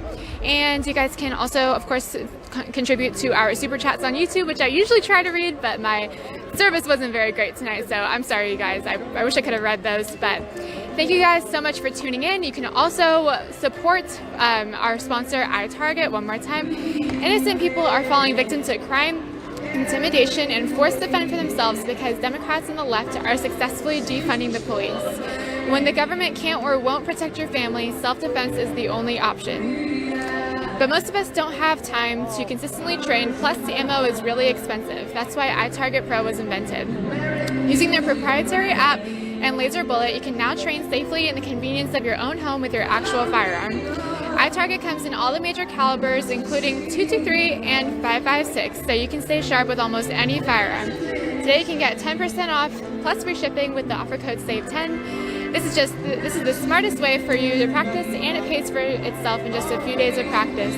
That's the letter itargetpro.com, itargetpro.com, offer code SAVE10. Thank you guys so much for tuning in. We will be in Carson City, Nevada. You guys won't want to miss it. All right, thanks, Grace. I just wanted to say again, thanks to all of you guys for tuning in. And what I was saying is tomorrow, don't miss tomorrow. Tomorrow's going to be big in Carson City. The president is going to win this election because we've seen the enthusiasm. I just wanted to, what I was going to say is that, you know, I was around in 2016. I saw every one of these rallies. And I remember the enthusiasm in 2016. It was huge.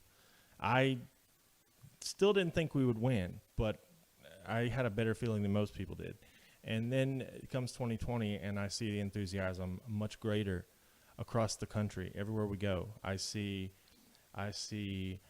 places that normally don't vote for Trump coming out with there's yard signs everywhere. It's crazy, the enthusiasm right now. So I think if it's a fair election, the president wins. I really do. I think he wins handedly if it's a fair election. So we'll see. But we're going to go out here and keep fighting, and we're gonna continue doing everything we can do to bring you the president's message and help him bypass the mainstream media. All right, I'm going to bed. We got a big day tomorrow in Carson City.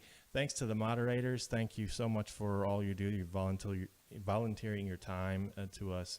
We'll be back tomorrow, 4 p.m. Eastern start time. God bless. Good night from Auburn. See you soon.